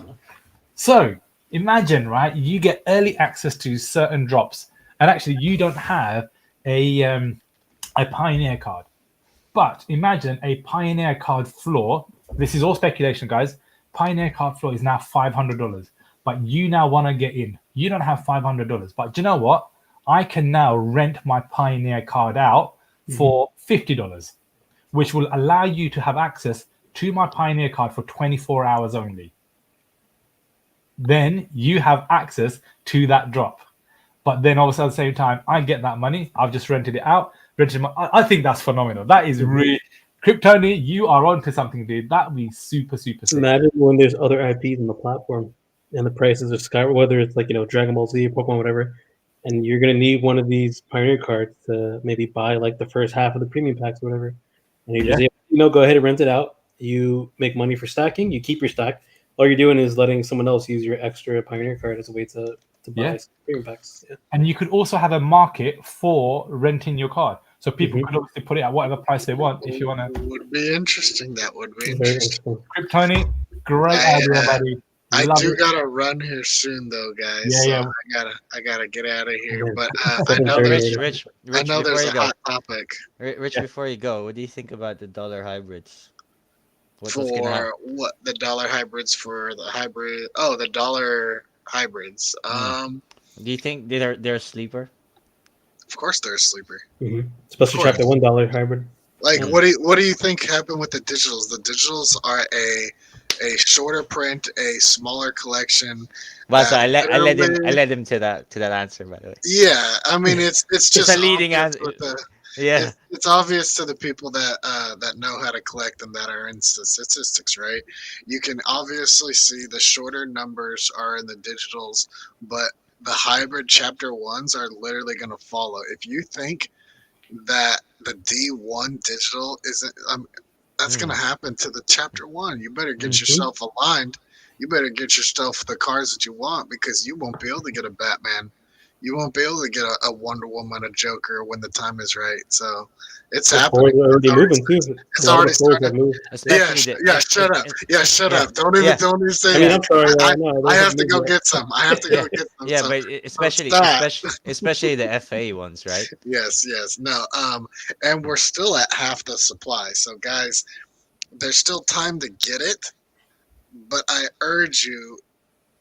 The time always goes away very quickly because you're sought after and collecting other sets, other collections, the new packs opening. I gotta go to low mint. I gotta get this. I have other stuff I'm dealing with in life. You know what I'm saying? And then you're like a month and a half later, and all of a sudden those cars are $1,000 again, and they were just $250. You know what I'm saying? So don't let that happen to you. Get what you can, get what you want as fast as you can. Yeah. Before we go to any of the chat, Hood Squirrel, was there anything else that we haven't covered off? Rich as well? So just, real quick, I'll be quick with this one. Just the whole thing. I know people are seeing prices go crazy, especially this weekend. Some people, they're saying, oh, this is being manipulated, whatever. I mean, it doesn't take much time to do some research and realize that these are very limited cards. There's 100 of each of these top cards. For example, DD1 Batman, DD1 Riddler. There's 47 of the Badge of Honor for DD1, the legendary one. The spreads are massive. You have people, once 1,800 sale happens, the next price is going to be like 4K, 5K. Just because the person delists and relists it higher doesn't mean that there's some sort of manipulation happening. It's like reverse. It's like seller's FOMO, essentially, right? They don't want to be the next fish to be sold. They want to put theirs a little higher, and that's basically what we sort of saw this week. It's been happening, right? You guys see what the price is, not only with the digitals, you see it with the hybrid stuff as well. Also, once again, recent sales, very misleading on the Hero platform. If you think you're waiting for something to go down to where the recent sales are, I feel bad for you. A lot of sales do happen on, OTC, over the counter, PayPal, Venmo, Zelle, whatever, mainly because why? People are unable to, put a super massive amount of money in the platform. They can't be buying these cards for 3K, 4K, so they go ahead and find another way to do it. But none of that gets tracked on Hero. You're not going to see any recent sales. Don't wait for something to fall down the recent sales because it's probably not going to happen. That's all I wanted to say about that. So, and what Hood Squirrel is saying is what we saw in the D1 set. The D1 set, the Batman and the Riddler has skyrocketed in prices, along with the legendary Badge of Honor set, because of the fact that people now realize such a good set, huh? Such a good set, and we've been talking about it from the beginning. We've been talking about the Batman, 100 of them. There's 100 of those bad boys. The Riddler, there's 100 of those bad boys. Come on. I mean, we've been talking about this from the beginning, and then people realize it. They got their money together, and they went and bought what they wanted. And that's why the price has rose. That's why the price will continue to rise, and it will continue to rise because I want one, and you want one, and we all want one. And I want another one. And he wants another one. And that's what I'm saying. We all want the D1 set. It's a wanted. It's a sought after set. And that's why it's sold out. That's why people are holding on to it. That's why the price is rising, because they know the physical is coming soon. And I want to be the first one to print it. They want to be the first one to print it. You want to be the first one to print it. So guess what? Go get on a set that you can collect and you can afford. And that's all I'm saying, because D1 set, if it's out of your price range, you're out of here. Sorry, you've taken too late. I took too late. I'm out of there. I can't collect, right? Unless I find some sort of crazy deal that gets me into that. But that's it. That's what happens. People have collected. They've collected, they've bought, and that's what happens. The price rises. You'll never see that again because people have bought at a certain price that they won't sell under that unless it's a crazy life thing that they have to sell. You're not going to see these prices. That's all I'm saying. People can afford them. They're going to keep them. Yeah, absolutely. It's with any sort of kind of markets, right? You're going to see floors that are really, really thin. And you know what? There could be a card that someone just want to really have a quick sale. They might sell it for $1,500, but actually the next one up is around about $3,200. Then the one after that maybe $3,500. It's, there's a lot of people throwing FUD around in regards to, hey, do you know what? It's all manipulation. I think before people start throwing that around, have a look at the market, guys. Have a look at the floor. Have a look at the scarcity in regards to these cards, right? How many cards are available? How many of the cards are actually even listed? And you know what? If the price is too high, then the price is too high, right? And that's just how the markets work, right? It's like, what? Why would a Pokemon, first edition box cost $30,000? Why should it be? Is that price manipulation? No, it isn't. It's just how the markets work. Wazza, can you go get a Batman #1 1940 edition for less than, I don't know, $1 million right now? I mean, I saw the last one sold for $2 million the other day. Exactly. So, I mean, can you get it for less than that? No. I mean, is anybody going to wait for the prices to go down? Not me, because I know that's the price, right? Yeah. We all know. Like I personally, I'd love to get digital DD1, but I can't anymore now because I'm priced out and I can't afford it. As much as I want it, I mean, if I can in the future, all well and good, but right now I cannot do it. So I think, like what Rich has said, it's about, go for the art that you like first, right? Because then you're never going to be disappointed with whatever you end up getting. So I think, whatever happens in the market, that's a secondary factor. Again, none of this is financial, but it's more so the fact that you making that right decision. So first of all, think about that. The second thing is about actually, what set can I complete? What does that kind of look like? Can I afford to be able to kind of do so? And what does that kind of mean for me? Do I hold it for long term? And then the other thing is actually, do you know what? Yes, you might be priced out on certain things, but can you trade? Can you flip other things in order to then potentially go back and get these cards that you might want to get? And it could be the fact that actually, you know what? You might get one card a month because that's how you're able to flip up. You could be actually very high, heavy into hybrid, but you might be able to pull a mythic. Can you then potentially trade that and then get into digital cards? So again, it's finding the right strategy that's going to work for you. And you know what? Just wanna add to something, because obviously I want to balance this out a bit. Coming in from where, so I won't name it, but what I would say is I would love to see more sales at that floor ceiling that we have, or in the middle or whatever, before I start believing, because we know there's a lot of fake ceilings there, and it's dangerous. So I'm just gonna put this out there, and I think you'd agree with me. Now, there's nothing wrong with a bunch of people thinking, right, well, I'm not listing for anything below, because that's their choice, right? In my opinion, that's their choice. However, I would say, again, for it to be a stable price, I would love to see more volume. But again, right, if a bunch of people suddenly thought, well, I'm not going to sell it for less than whatever, fine. I think where the pain point is, if it's called manipulation, I've got a problem with that word anyway, personally. But if it's a bunch of people getting together setting the price, that's a bit more nefarious. But if people just started doing it off their own backs, following other people in the market, thinking, well, if he's not going to sell for that, then that's fine. What I would say though is the latest sales when I last checked is it's like not even like, it's like half or less than the current floor. So, but at the same time, if people still right now are not going to sell under, then fine. It's up to them. I mean, I got it's why we're talking about it, right? It's because floor price matters. Because it does. Yeah, It does. and this is what I tell people. I tell people to go look back at the recent sales, just like you said, value it at the recent sales, but then go look at the floor price, what you can get it for right now if you have the money, right? So look at those two, and then say, can I go bargain somebody to get it lower? Can I go trade somebody? It is a trading app. It is a Yeah, trading app. See, and there's a lot of trades happening. Okay, so I think that's what I'm gonna say. That, and I came up in spaces to say that, Rich, right? So I said it, right? I came in the middle of the night, like, what the fuck is this 3 a.m. in my time? Everyone's arguing, right? I came up and I said, there's a distinct difference here. This platform is heavy on trading. Other platforms are not yet. So there's a bit of a there's more teamwork here. There's more.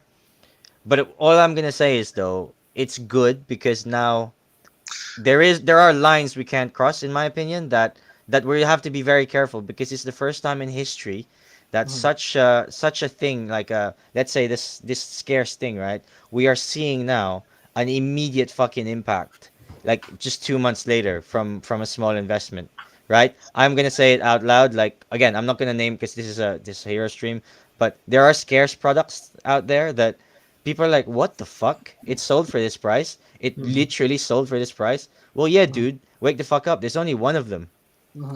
Yeah. Yeah, but I'll just tell you, no one's questioning Bored Ape Yacht Club, and they aren't a long IP. They aren't a big IP. They came out a year and a half ago, and they're trading $400,000. But let me tell you, that's different. Batman has been open since 1940. Thousands and thousands, millions of people, sought over after, millions of dollars on movies. Millions of people have seen Batman. It's a proven IP, a proven factor. And all of a sudden people realize how much it is worth.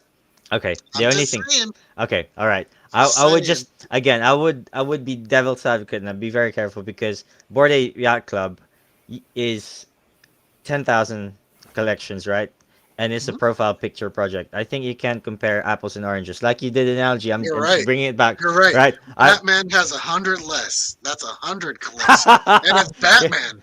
Hey, So you're right. It should be way more expensive. you So know the I'm funny gonna thing bump is, it, and the I'm gonna say it should be way more than so Bored Ape so Yacht Club. the It should funny be thing four is hundred right. thousand The dollars funny of thing is Batman. right. The funny thing is you can't actually put it as your profile picture these hero cards. So I can't even say Yeah, that, but you you can, can do you? transfer it Yeah. over. You can transfer it over to OpenSea. Actually, Hood Yeah, I Scroll have has mine's is a profile yeah. picture His actually. is Yeah. the profile I have a little picture. hexagon Batman You 700. transfer it. Okay. Yep. You transfer it, and you can actually. And you know what's cool about that? You could also move it to metaverses. If you guys have a plot of land on the sandbox, Yep. you can move your card to your wallet and put it as So like a wallpaper in I your was I love. actually sandbox. the I was I actually the have to first balance one. these guys out, Wazza. They're too moon boy. I swear to No, God. no, it's not Moon It's Boy. facts, It's man. a It's facts. realization. It's a realization of IP and this IP on this digital network of what we're going Sure, into. sure, but The it's metaverse. just a We're going into dilution. the metaverse. Mm. Well, that's what I'm saying. We're going into the digital world, and and this is one of the first big IPs ever to hit the digital world. And Disney is following along.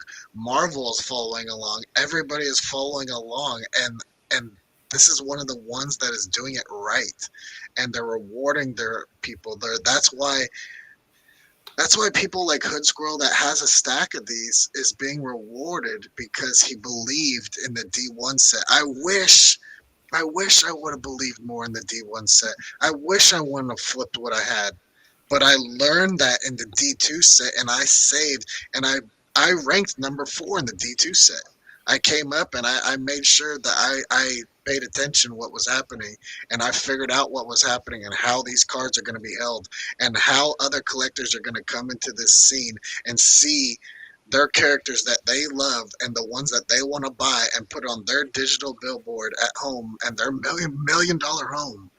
Mm. You know what I'm saying? They don't care the price of the Batman card. So You care the price of the yeah, Batman card. so I okay, care the price of the all Batman right, card. Rich, They I, don't. okay. So I would say, let's not do the profile picture project thing because it's touching upon something else a bit too close. But what I would say, right, is if there's 100 collectors in the app that are like going hard in hero, I'm probably talking 100 whales. Let's not skirt around this topic, right? There's 100 whales that Mhm. that they want this card, and they will push the price up. That's absolutely fine. However, I think what's happening now is, well, that's probably what happened. It did go to Diamond Hands, and then they all decided, well, no, I'm not selling for less. You Fine. just think it's overpriced. You think it's overpriced. And that's your opinion until you see that the value is going to stay the same. No, And no, it's no. only I going to just keep want to going see. up. I want to see And recent you're going to sales. be like, I want to no, see. no, no. Let's say in 2 weeks, if this goes below 5,000, I bet you, and I'm not putting anything on the line. It's not anything to bet, but I bet you in 2 weeks when we come back to this topic that I haven't seen a sale less than $5,000 on a Batman. To be fair, guys, there's like 20 to 30 sales of each back in April on IMX for both DD1 and Batman and Riddler as well. So it's People not had like their far chance. fetched to see it come Mm. back up to that price. So okay, let me ask you a question. What makes these? Is it because it's the first digital legendaries? Is that what? Yes. It's Origin that set. scarcity. I'm trying to understand. That's all. Yeah, It's Origin set.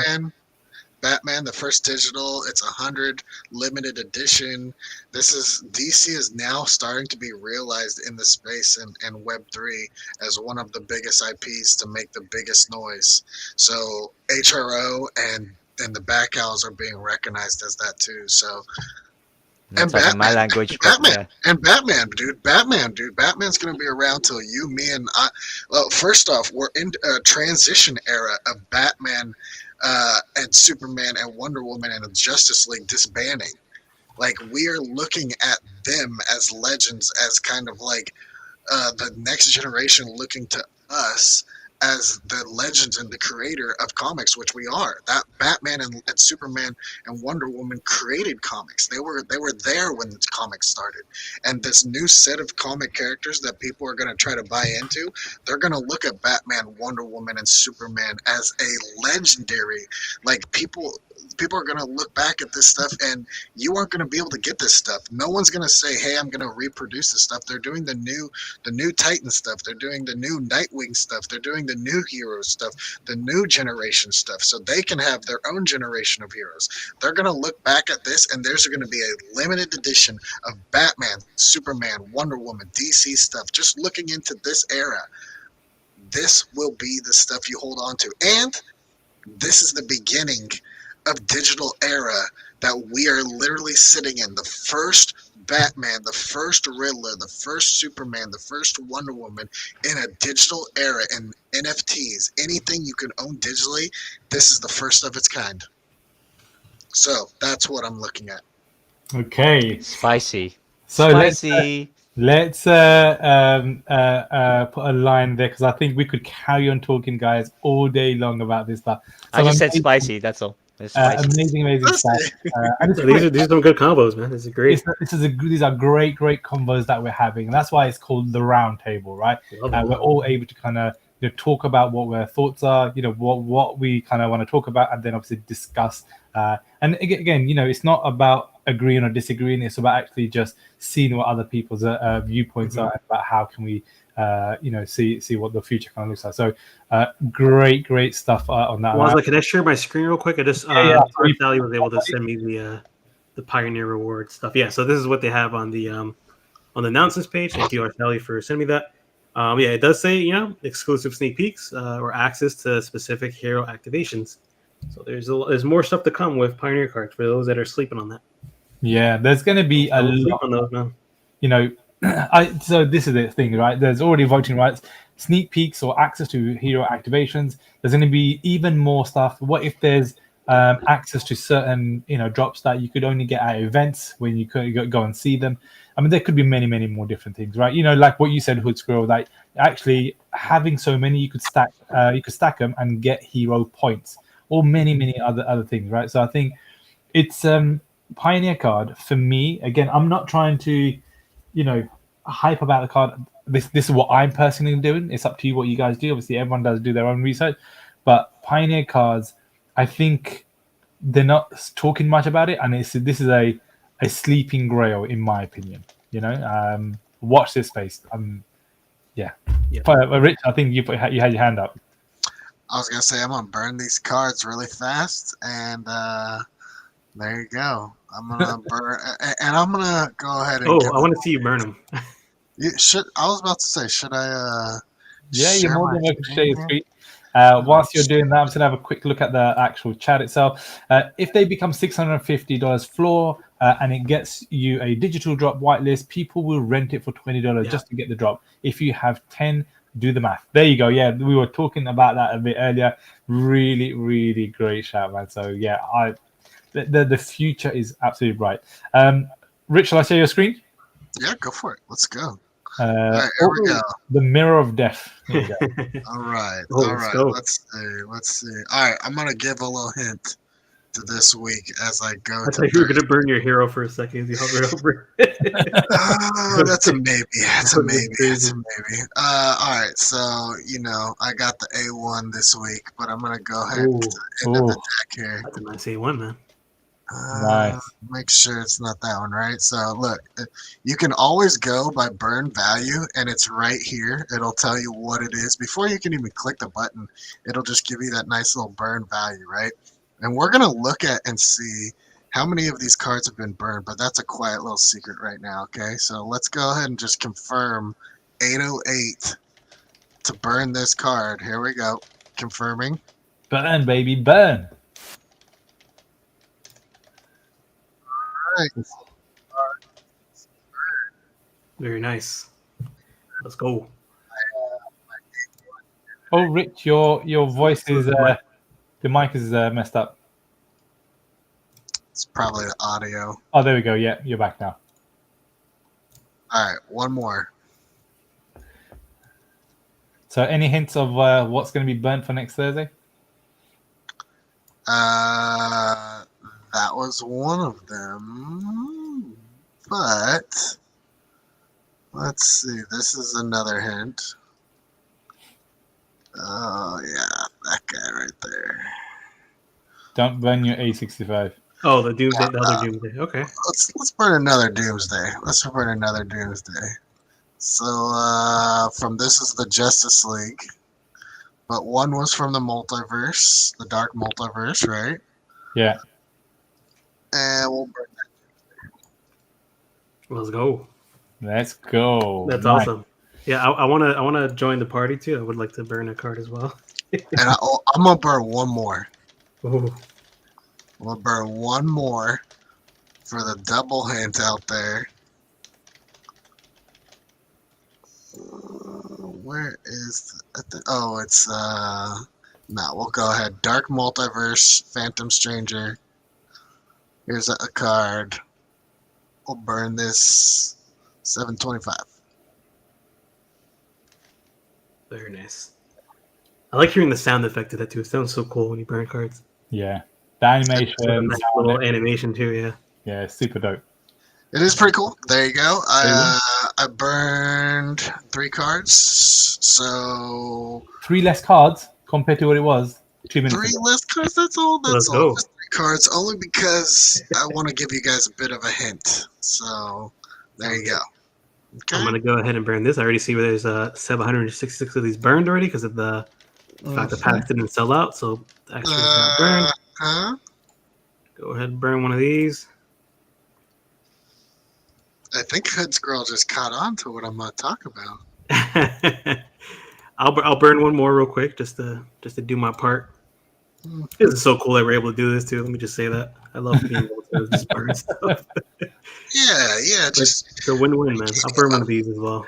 you know what I got to do? I got to do the Wonder Woman celebration. I was like, wow, I have a lot of these. I was able to burn through Wonder Woman stuff. Man, I have a lot of low mints on some of these. Hold on. I know, right? You have to be like, wait a second. That's not. I'll burn this. Sure, why not?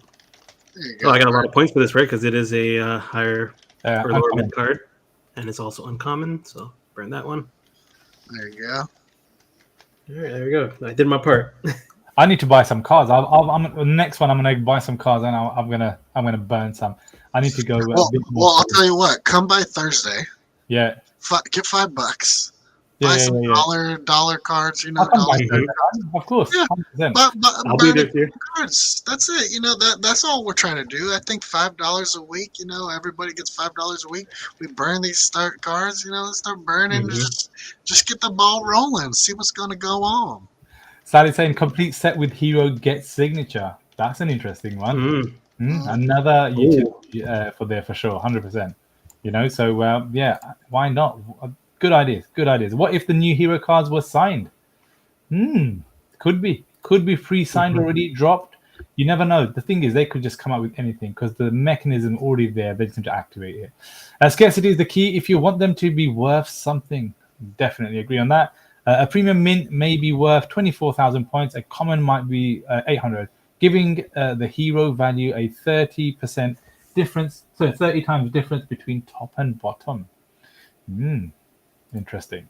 So if the common is $2, then the top should be $60, meaning the top is overvalued currently at the bottom, or the bottom is undervalued and currently, according to the hero. As you can see, Bomber thinks a lot. He does a lot of thinking. That's why I brought him into this. I showed him the path, and then he's like, okay, he's figuring stuff out like this. So yeah, always helpful. But yeah, it is my time to go, guys. I'm out of here. Is there any more topics that we have left? No, I think we've covered it. I'm just most likely just going to catch up on the actual chat itself, and then very much end the stream very shortly. But guys, if you haven't done so, make sure you follow Richie Rich on Twitter. It's the same handle name there as well. So make sure you go and follow him over there. And thank you so much. We're going to be back with Rich. Rich is going to be back in 2 weeks' time for our next podcast, which is going to be podcast number 3. Such an original name, right? So yeah, thank you so much, Rich, buddy. We're going to quickly just wrap up on the comments, and then we'll also going to be off as well. And Head Squirrel 2, Perez, you're welcome too to come back. Jeez, Absolutely. I'll be there, man. I'll be there with my stack, with my burning stack. Can't wait in a couple weeks to see where we're at and what we're gonna be talking about, because I feel like I know what we're gonna be talking about. Oh yeah. I love the confidence. Like he knows something we don't. You know, that kind of thing. You know. Yeah, I know that. You know why? How I know that? Because I know that too. on a different platform, though. Let's go. Yeah. Good stuff. Awesome. Thanks so much, Rich. Really appreciate it, buddy. All right, guys. It was good Later, talking with you. And everybody, make sure you guys stay collecting. HRO, you guys are doing great. There you go. You heard it from the man himself. Richie Rich, thank you so much, buddy, for coming on board today. Really appreciate it. And I will definitely catch up with you the next time. Guys, if you haven't done so, make sure you're following Richie Rich, Hood Squirrel, and also Perez. Perez also has a YouTube channel, so make sure you also follow him there. If you haven't done so, guys, if you just joined, make sure you like the video itself. And also, if you haven't done so, sub to the channel would be phenomenal. We're trying to get to 1,000 subs, and we're on our way to getting there very, very soon. Sorry, I'm coughing away right now. Oh, and shout out to my boy Bomber. He did pick up a Doomsday the other week. I told him I would shout him out, and we'll have to bring him by on the program here in a couple weeks. He's an interesting fellow to talk to, also. 100%. We definitely get him on board, man. The pyromaniac himself. Burning away. Outside is saying floor probably more like 2,500, 3,000 for floor Riddler. Bored apes are a prime example of what can and should happen with Hero. There's the possibilities are absolutely endless. Bomber saying you can put these as PP profile pictures. Profile picture exactly. Bomber D7 will be up there with D1. I think it's got a good run. All right, guys. I'm out of here. I'll see you guys later. Right. See you later. All of these will be grails, in my honest opinion. There we go. $50 for a pack of digital cards is already out of reach for the majority of collectors. But there are some opportunities for new people in order to kind of jump on and get their cards for a lot more cheaper if they're able to do so, and also at the same time getting in on drops. Right. This is a big. This is a different ball game from Bomber. 100%, I agree. It's a different ball game, but there's so many more things that are happening, and I think it's an exciting time for what's to come for the rest of 2023. And we've only just in January, right? We've got another 11 months of some amazing stuff that's happening, so I can't wait to see what happens. Arsad is saying, yeah, if we had 10 active whales, it would be crazy enough. There are a lot of active whales, but they just don't make themselves known to the public. And I do know quite a few of them, and they're just waiting for the time to be right, and they will pounce. So watch this space. You know, they're also in the background. They're squirreling away, like Hood Squirrel does in the background to get some amazing cards ready for the future. So there's stuff happening. We've got Black Sands. What's up, buddy? Thanks so much for popping by. Pioneer card. Is fire. I've started to stack them myself. Nice, man. Love that. Only card with sound right now. Yes, it is. It's the only card with sound. Yeah, it's got that cool sound to it. So yeah. Bomber saying we be burning, not concerning with nobody want to say. What nobody want to say. And Wazza has previously said the Pioneer card is not branded. Yep. Absolutely. Let me see what else we have. Bomber saying thank you for your time and wisdom. No worries, buddy. Thank you so much, guys. So that is coming up to the end of the stream. Hood Squirrel, have I missed anything, buddy, from what we were going to catch up on about? I think you pretty much covered everything, honestly. I don't think you missed anything. Good. Perez, is there anything else you'd like to kind of cover up, buddy? No, that was it. Thank you. I'm just here to represent hybrids. So mate, do you know, we'd love to obviously get a good cross-platform for hybrid and obviously digital, and that's what it's all about, right? I think it's been amazing in terms of the stuff that we've been able to kind of talk about. The community have been phenomenal in the chat, do share ideas, talk about stuff. There's been some great conversations, discussions around the round table to see, what we all kind of think about. Again, there's no right or wrong answer, but it's just great to see what people's viewpoints are and how things could evolve moving forward. And I think, that's going to be the amazing stuff. We got Dino in the house, buddy. Dino, what's been going on, buddy? What's up? This is my webcam, man. Next stream for sure. Yeah. So, and you can see me in the last stream. I'm yeah. With Cyril had some issues. He downloaded the software for I think a Snap or something like that, and then his webcam stopped working. But he did have his webcam on the last. Yeah, we should have Dino on here too. Dino. We need to get Dino on the stream soon for sure. Dino, man, we'll definitely got to get you on board, man. We'll talk about all things hero, man. But guys, just a reminder, in this stream, we've been able to kind of talk about the DD7 drop. We've been able to talk about crafting and burning. We've been able to talk about the hybrid chapter 1 reward voting. And also at the same time, we've been able to kind of talk about the markets in terms of movements and, that's some FUD that's sort of kind of going out and about as such. But I mean, it's been some great stuff that we've been kind of talking about and some amazing ideas that have come from the community. We're obviously going to be going live again in 2 weeks' time. We do this every 2 weeks. It's called the HRO Roundtable. We get guests coming on board. We've got so many things that we need to be talking about, and a lot of things are happening so quickly, right? So there's always going to be some great stuff to talk about. If you haven't done so, guys, please make sure you like the video, sub to the channel as well. And if there's anything you guys need, obviously do reach out to us, and keep an eye out, guys, for the snapshot that is happening on February the 9th, right? So February the 9th, guys, is the snapshot for DD7. You don't want to miss out. Have a look at the market, see what trades you want to make. Don't wait until the last minute, right? Because we know what's going to happen in the last minute. Everyone's going to be frantic. Everyone's going to be stressed out. And they're like, hang on a second, I'm spending way too much money. Or you're going to potentially end up making moves and giving away some of your best cards that you don't want to do so. And you're going to end up regretting it. So try and make them early moves that you can. Now, you literally got another, 11 days or something, or 10 days roughly, give or take, in order to start making some moves. Remember, you're going to get the was it Superman, John Kent for collecting and completing the whole set. That's excluding the actual crafted cards. If you do also want to go for the top 150, try and obviously go for the crafted card. You don't need to have them, but it does help you. But if you're in the top 150, including the crafted cards, you then get Wonder Girl. I think I forgot the name. What was it called? Can you remember? John Kent, I think the Superman card.